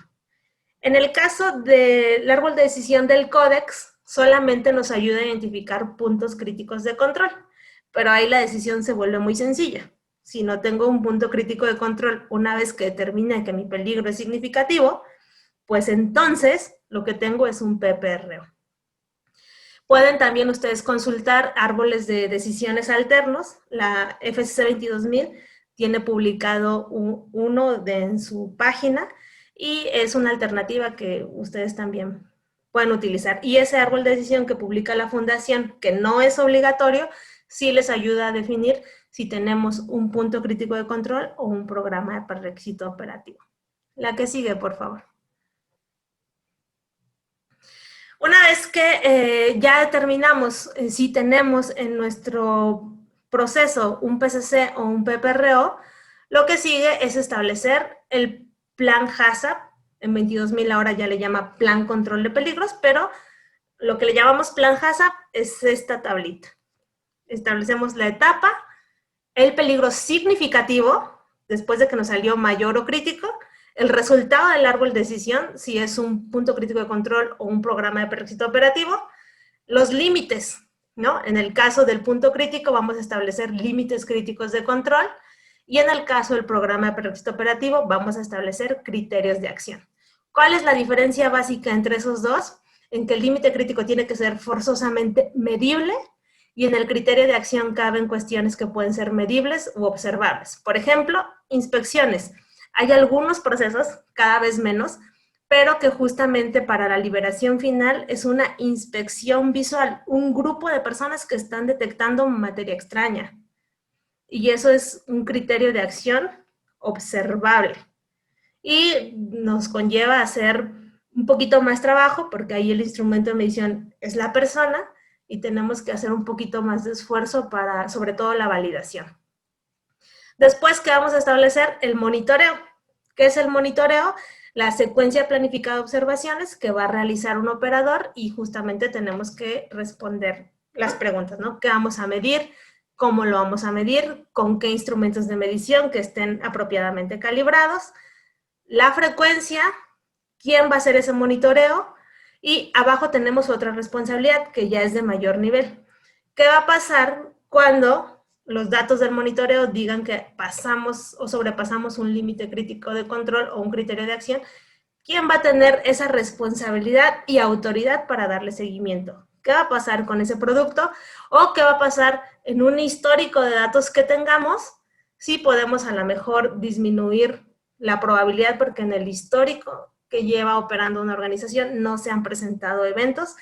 ¿Quién va a tener esa responsabilidad y autoridad para poderlo decidir? Una vez que establecemos el monitoreo, vamos a establecer las correcciones. ¿Qué pasa cuando sobrepasamos los límites? ¿Qué hacemos? Usualmente tiene su propio instructivo en específico asociado al producto no conforme, al producto potencialmente no inocuo. Vamos a definir qué hacer, cómo hacerlo, la frecuencia, y pues la frecuencia usualmente es cada evento y quién será el encargado. Luego vamos a establecer una verificación, que es una verificación operativa. Recuerden, la auditoría es también una herramienta de verificación, pero aquí esta verificación es un poquito más operativa, que es revisar que el plan del monitoreo se lleve tal cual como fue establecido. ¿No? El monitoreo es medir la temperatura 1 hora durante el turno, por ejemplo, cada hora durante el turno, y la verificación es que el supervisor revise que efectivamente el operador haya hecho sus mediciones. O tal vez él haga una medición por su parte para verificar que las mediciones del monitoreo están de acuerdo. Igual que medir, como medir con qué instructivo, la frecuencia, y usualmente la realiza un supervisor. De la misma manera, tenemos que establecer responsabilidad y autoridad para cuando se sobrepasen los límites y qué vamos a hacer con los históricos de los resultados. Y la última columna es establecer todos los registros asociados que se van a generar por cada una de las etapas, ¿no? Monitoreo, corrección y verificación. La que sigue, por favor. Lo que hemos visto hasta aquí del HACCP es justamente todas aquellas medidas que se toman para prevenir una contaminación que ocurre de manera natural en un proceso. Dijimos por medio ambiente, por personas o por los equipos, pero ocurre de manera natural. Y eso se controla con esta primera herramienta que vimos, que es el plan HACCP. Pero ¿qué pasa cuando tenemos contaminación intencionada? El HACCP no fue creado para eso. El HACCP fue creado como un enfoque preventivo para preservar la inocuidad de un alimento. Sin embargo, pues también suceden ataques deliberados. Y podemos verlo mejor en la siguiente gráfica, en la siguiente lámina. Tenemos una delgada línea. Este gráfico habla de inocuidad y calidad de manera genérica, de todo lo que hay alrededor de un alimento. Tenemos la parte que es no intencionada, que va de mi sistema de gestión a cuidar esta parte no intencionada. Pues tenemos el HACCP, que nos va a abonar sobre toda la inocuidad.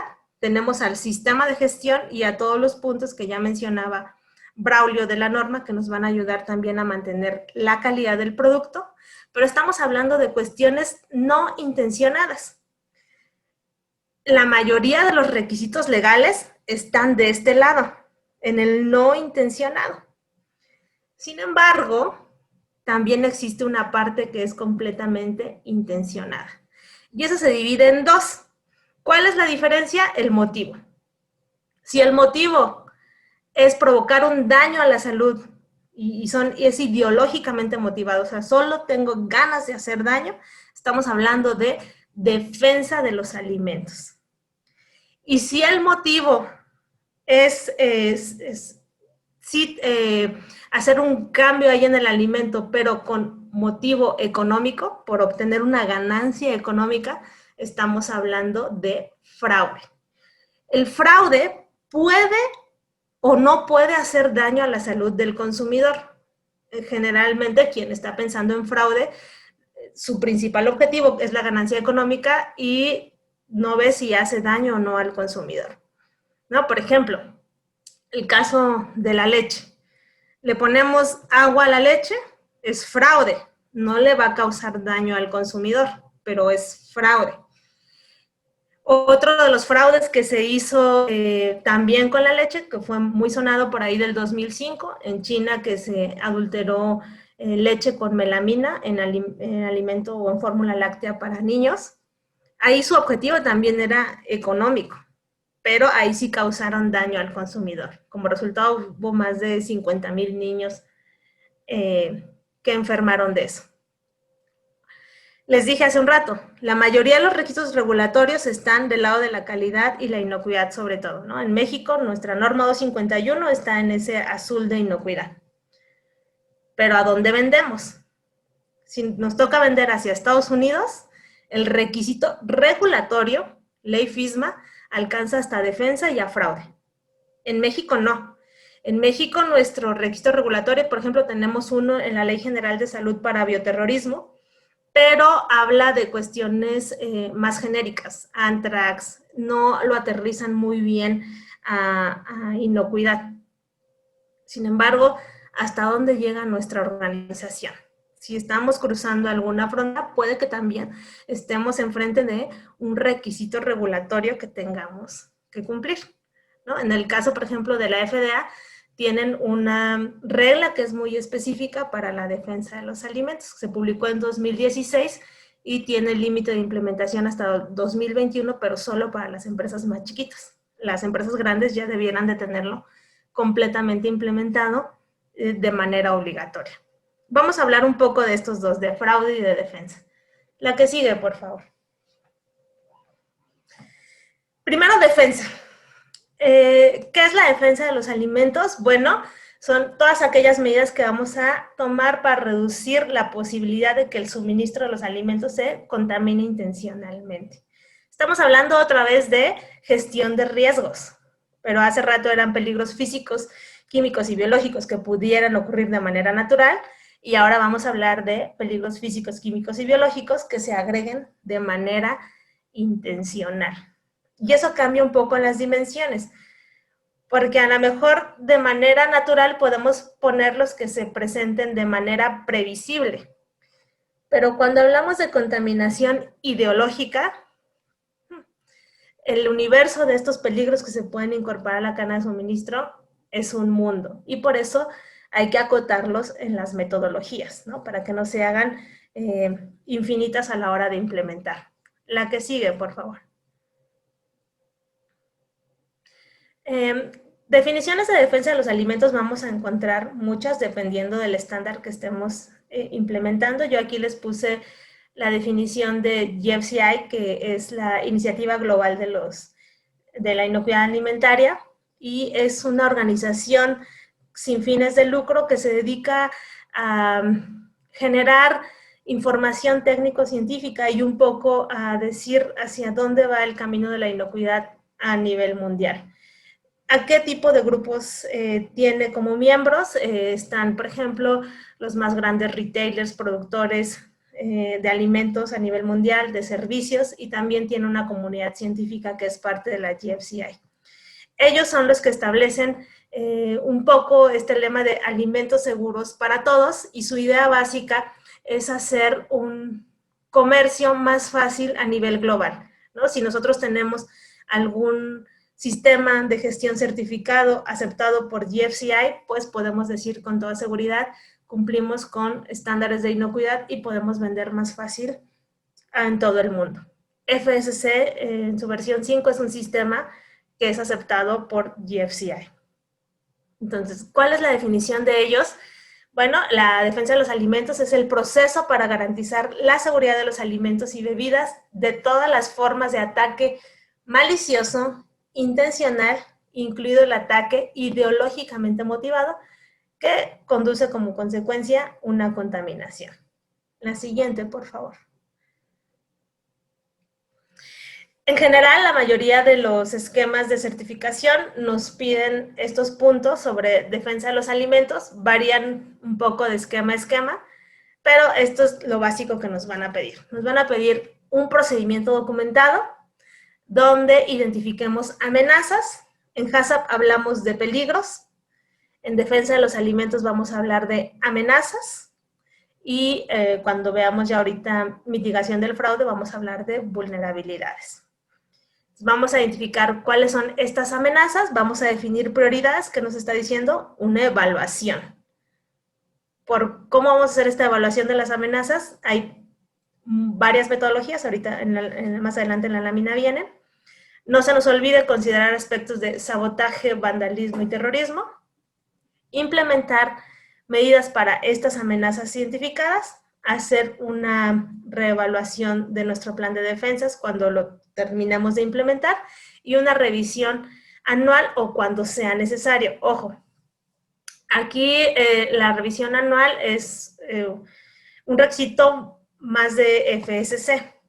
De nuevo, tenemos que voltear qué requerimiento vamos a cumplir. Hablando de FDA, por ejemplo, esta revisión se hace cada 3 años. ¿Y cuál vamos a tomar? Siempre el más estricto del esquema que estemos implementando. La que sigue, por favor. De manera genérica, un plan de defensa de los alimentos está compuesto por medidas preventivas generales, que es el símil a los programas de prerequisito, pero ahora con ojos de defensa de los alimentos. Algunos son los mismos. Por ejemplo, tenemos un programa de control de químicos dentro de nuestros programas de prerequisitos para el HACCP, donde vamos a ver que estén en las concentraciones adecuadas, para que no se puedan presentar después los peligros en las superficies en contacto con el producto. Y aquí vamos a ver que estos químicos estén en gavetas bajo llave, de manera que no se puedan agregar de manera intencionada en el proceso. Van a ser una lista de medidas preventivas generales que se van a aplicar a lo largo de la cadena, pero con ojos de defensa. Después vamos a hacer nuestra evaluación de amenazas. Derivado de esa evaluación de amenazas o amenazas significativas que pudiéramos encontrar, vamos a poner medidas de mitigación en específico y vamos a desarrollar nuestro plan de defensas. La que sigue, por favor. En este primer diagrama, que se conoce mucho como diagrama de cebolla, están las principales medidas preventivas generales que vamos a tener. Vamos a tener medidas para empleados y visitantes, cómo reconocerlos, cómo asegurar que van a estar acompañados durante todo el proceso. Vamos a tener medidas para las materias primas, ingredientes, material de embalaje, etcétera. Medidas para contratistas y proveedores y para nuestros productos terminados. Después vamos a ir recorriendo cada una de estas capas del diagrama de cebolla hasta llegar a la parte más importante que tenemos que cubrir, que es justamente nuestro proceso. Ahora, tenemos que igual garantizar que en el caso de que tengamos algún evento, podemos tener la trazabilidad completamente de nuestro producto. La que sigue, por favor. Ahora, ¿qué metodologías de amenazas para evaluación de amenazas vamos a tener? Existen diferentes. Una de las primeras que se estableció Yo creo que sí, ya unos 10 minutos, 8 minutitos más y ya terminamos. Ya me falta poquito. ¿Qué medidas podemos tener? PAS 96 es una de las primeras metodologías que se creó para la defensa de los alimentos, de las más utilizadas. Después tenemos Carver Plus Shock, es una metodología que se desarrolló por el Ejército de Estados Unidos, fue la primera que recomendó FDA para utilizar, incluso todavía la podemos encontrar, ya no el programa, pero sí los formatos y registros para poder hacerlo. Y tenemos esta última que dice CATS, actividades claves de proceso, y 3 elementos fundamentales, es la metodología que ahora mismo está recomendando FDA para utilizar. Y para ello actualizó su software que se llama Food Defense Plan Builder, que viene en la siguiente diapositiva, por favor, que justamente está basado en estas 2 últimas metodologías, el CATS y los 3 elementos fundamentales. Y es la metodología que se recomienda utilizar en la normativa que se publicó en 2016 para defensa de los alimentos por parte de la FDA. La que sigue, por favor. Aquí nada más de manera resumida vienen los requisitos de FDA, título 21, ¿qué debe de tener mi plan de defensa? Debe tener mi evaluación de la vulnerabilidad, estrategias de mitigación y lo demás es como tener un plan HACCP, procedimiento de monitoreo, procedimientos de acciones correctivas en caso de que una de estas medidas no funcione y procedimientos de verificación. Si se dan cuenta, es un símil a la tablita que veíamos del HACCP. La que sigue, por favor. Ahora vamos al fraude. Dijimos que la diferencia de la defensa era que era ideológicamente motivada y ahora vamos a el fraude cuyo motivación principal es el beneficio económico, ¿no? Fraude alimentario es el término colectivo que abarca la deliberada e intencional sustitución, y aquí vienen los tipos de fraude. Sustitución, adición, alteración, tergiversación de ingredientes, envasado, etiquetado, información de producto o declaraciones falsas sobre un producto para obtener, y aquí viene, beneficios económicos. La motivación principal del fraude es la obtención del beneficio económico. Y en la siguiente diapositiva lo que podemos ver es justamente un resumen de los tipos de fraude que podemos encontrar. La que sigue, por favor. La que sigue. ¿Qué nos va a pedir la mayoría de los esquemas de certificación? De nuevo, un procedimiento documentado. ¿Ahora para qué? Para identificar vulnerabilidades. Vamos a evaluar estas vulnerabilidades con la metodología que elijamos. Aquí sí vamos a requerir también mucha información técnico-científica, sobre todo porque se va a hacer por materia prima, de acuerdo a si una materia prima puede ser más o no vulnerable al fraude. Vamos a tener que meternos en bases de datos y en históricos que se tengan reportados. Usualmente requerir información de históricos de FDA o de Comunidad Europea. Con base en la metodología que utilicemos para evaluar nuestras vulnerabilidades, vamos a determinar cuáles son las vulnerabilidades críticas y vamos a implementar nuestras medidas. Vamos a poner a prueba nuestro sistema y una revisión recomendada anual, en este caso sí, por FSC. La que sigue, por favor. Ahora bien, estos son los elementos claves que pide GFCI para todos sus esquemas. Debiera de tener la mitigación del fraude. Vamos a tener nuestra evaluación, nos va a pedir nuestro procedimiento documentado, un plan donde estemos especificando las medidas y de nuevo un plan de mitigación. Aquí, ojo, es bien importante. A nivel de fraude estamos todavía en pañales, no solo en México, sino a nivel global. Entonces, un auditor no espera que cuando vayamos a revisar las instalaciones ustedes estén realmente combatiendo el fraude, sino que hayan determinado ya cuál es su nivel de vulnerabilidad y que hayan empezado a establecer estas medidas de mitigación. Es un tema que va a llevar tiempo, no es rápido, y va a llevar sobre todo mucha toma de conciencia. Hay una estadística que no la pusimos aquí en la diapositiva, pero nos dice que 8 de cada 10 personas, de cada 10 organizaciones a nivel global sufre de fraude de cualquier tipo.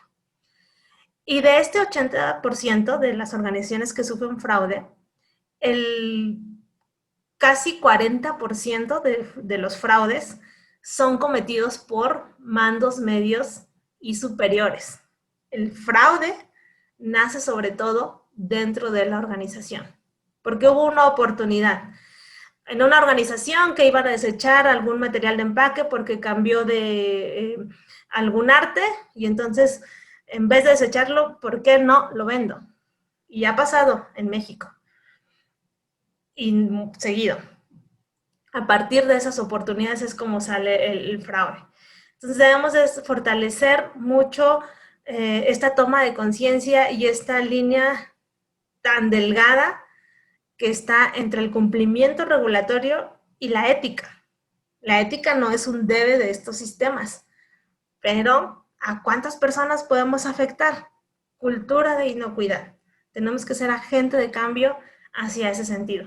Entonces, de ninguna manera esperamos como auditores que tengan medidas o que estén acabando con el fraude alimentario, pero lo que sí se espera es que hayan ustedes determinado cuál es su vulnerabilidad al fraude y que tengan medidas enfocadas para mitigarlos, ¿no? Muchas de esas medidas, por ejemplo, van a ser cuestiones analíticas de análisis para la recepción de materias primas, por ejemplo, pero no van a ser las genéricas que hacen para recibir esas materias primas, sino enfocadas a detectar el fraude en algo en específico. La que sigue, por favor. ¿Cómo se evalúa el fraude? Es una suma de oportunidades que se dan, motivaciones, la ganancia económica va a ser alta o no, qué medidas de control tengo en cada una de las etapas del proceso, va a ser igual a la vulnerabilidad del fraude. La que sigue. Aquí tenemos algunas medidas de mitigación, ¿no? Niveles de verificación, la trazabilidad que tengan del producto, sobre todo en la trazabilidad, los balances de masa. Muchos de los fraudes alimentarios que nos ha tocado detectar vienen del balance de masas, no se está poniendo en la formulación lo que debiera ser. Adecuación de las especificaciones de materias primas, exactamente qué es lo que quiere la organización y revisar que el proveedor de manera continua esté cumpliendo esas especificaciones. No importa que lleven ya mucho tiempo trabajando con un proveedor, hay que de vez en cuando, de manera aleatoria, verificar que se cumplan esas especificaciones. Y disponibilidad de métodos analíticos, pero ojo, sobre todo enfocados a detectar el fraude. O sea, una vez que ustedes ya determinaron que tienen, por ejemplo, alguna materia prima crítica, ¿qué hay al respecto para detectar fraude? Y para eso, pues todavía estamos en desarrollo de metodologías. Algunas sí son físico-químicas, algunas incluso ya se van a secuenciación, PCR, etcétera. ¿Qué otro tipo de vulnerabilidades podemos tener?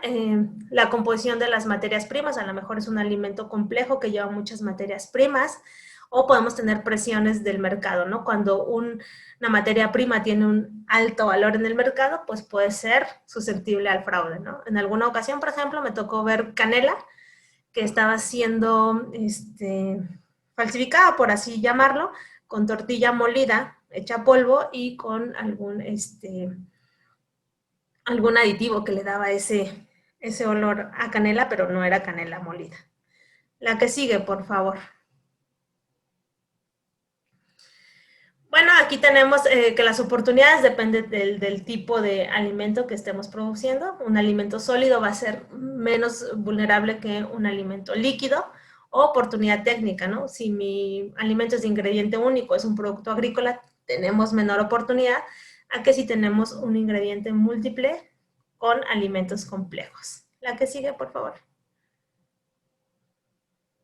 Metodologías, aquí también hay varias. Por ejemplo, la primera que tenemos, la Guía para Prevención al Fraude, es una guía publicada en España.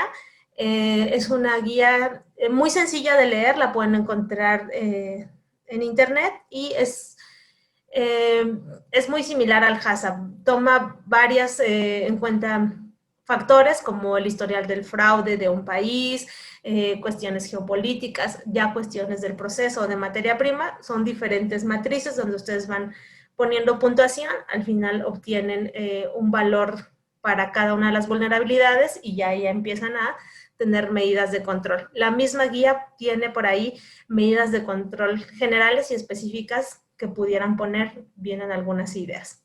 La que sigue. Otra de las metodologías que está muy difundida es la de la farmacopea de los Estados Unidos. Esta son 3 matrices, podemos ver la siguiente diapositiva. Ah, no viene. No, nos quedamos en la anterior, la farmacopea. Ahí en este documento de la farmacopea son 3 matrices donde ellos dicen que tienen factores que son controlables y no controlables. Factores controlables, por ejemplo, la cadena de suministro, la verificación, los métodos analíticos, y vienen por ahí unas escalas del 1 al 5 para que ustedes puedan elegir qué vulnerabilidad van teniendo. Después tiene una matriz para el impacto, qué tan malo va a ser en caso de que les ocurra, no solo para su organización, sino, por ejemplo, también para un sector completo. Justamente ahí en esa imagen que tienen las fresas, en 2018 ocurrió un fraude con agujas. Bueno, ese fue un ataque de sabotaje, perdón.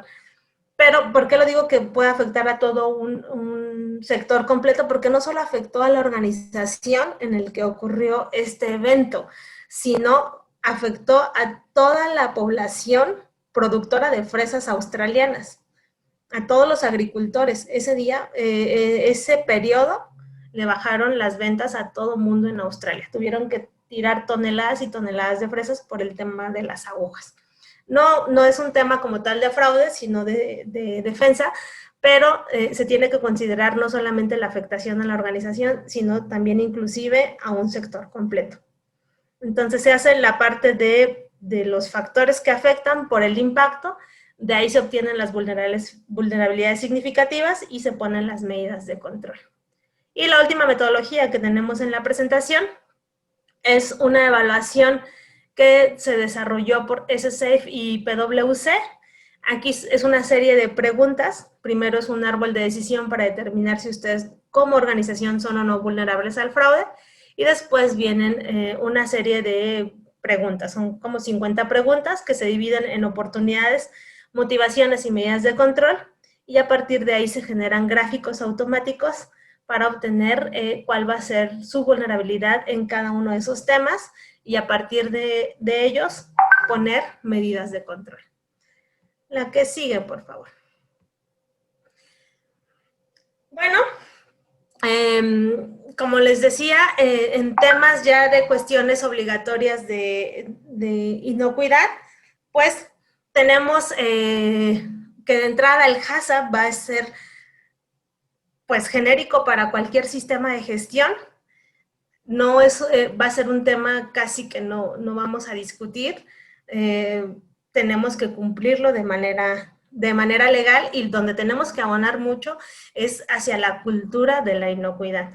Lo que ahí dice, ¿no? Recordemos que vivimos ya en un mundo industrializado, podemos que el alimento que estén hoy consumiendo en su mesa venga de la otra parte del océano y que estemos dependiendo de cómo ellos manejan sus buenas prácticas, cómo ellos estén procesando los alimentos. Y a su vez, ¿ustedes a cuántas personas impactan?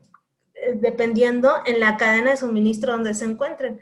A lo mejor les toca ser parte de productos intermedios que todavía va a ser procesado por otra organización, están impactando a millones de personas en este país y tal vez en los lugares a donde exporten. De ahí que no solamente nos vamos a centrar en el cumplimiento regulatorio, sino ir más allá hacia la cultura de inocuidad. Todos somos responsables y desde la parte en la que nos toque jugar, tenemos que incidir de manera importante hacia el cumplimiento de estos objetivos, ¿no? Les decía yo, la línea delgada entre la ética y el cumplimiento de un requisito voluntario legal. Hay cosas que sí están en nuestras manos, a veces decir esto no puede pasar, a pesar de que a lo mejor no esté por ahí en algún cumplimiento regulatorio, pero que sea una cuestión no ética y que sabemos que va a llevar al final un impacto a la salud del consumidor. Y ¿Qué necesitamos para poder implementar todos estos sistemas? La última, por favor. Mucha paciencia. Cuando hablamos de cultura de inocuidad, estamos hablando de que tenemos que trabajar con las personas todos los días, hacerles entender y transmitirles como líderes de los procesos por qué hacemos las cosas. Y eso nos lleva mucho tiempo y mucho refuerzo todos los días, y son sistemas vivos y siempre está en cambio. Entonces, mucha paciencia y pues gracias, y si tienen alguna duda, pues ahorita creo que es el foro para hacerlo. Adelante. Sí, sí, muchas gracias. Mira, tenemos dos preguntas rápidas. ¿Existe alguna base de datos donde se pueda consultar fraudes? Sí, la más grande base de datos es la de Cernis, que se juntó con la que llevaba FDA. Pueden consultarlo de manera gratuita, pero no los más recientes, están de 5 años anteriores. Y los nuevos usualmente son bases de datos de paga, y la más grande se llama Cernis. Ok, y la otra es una empresa de logística de alimentos. ¿Se puede certificar en 22.000 o HACCP, ya que no elaboran ningún producto, solo compran, almacenan y distribuyen? Sí se pueden, hay una categoría para eso.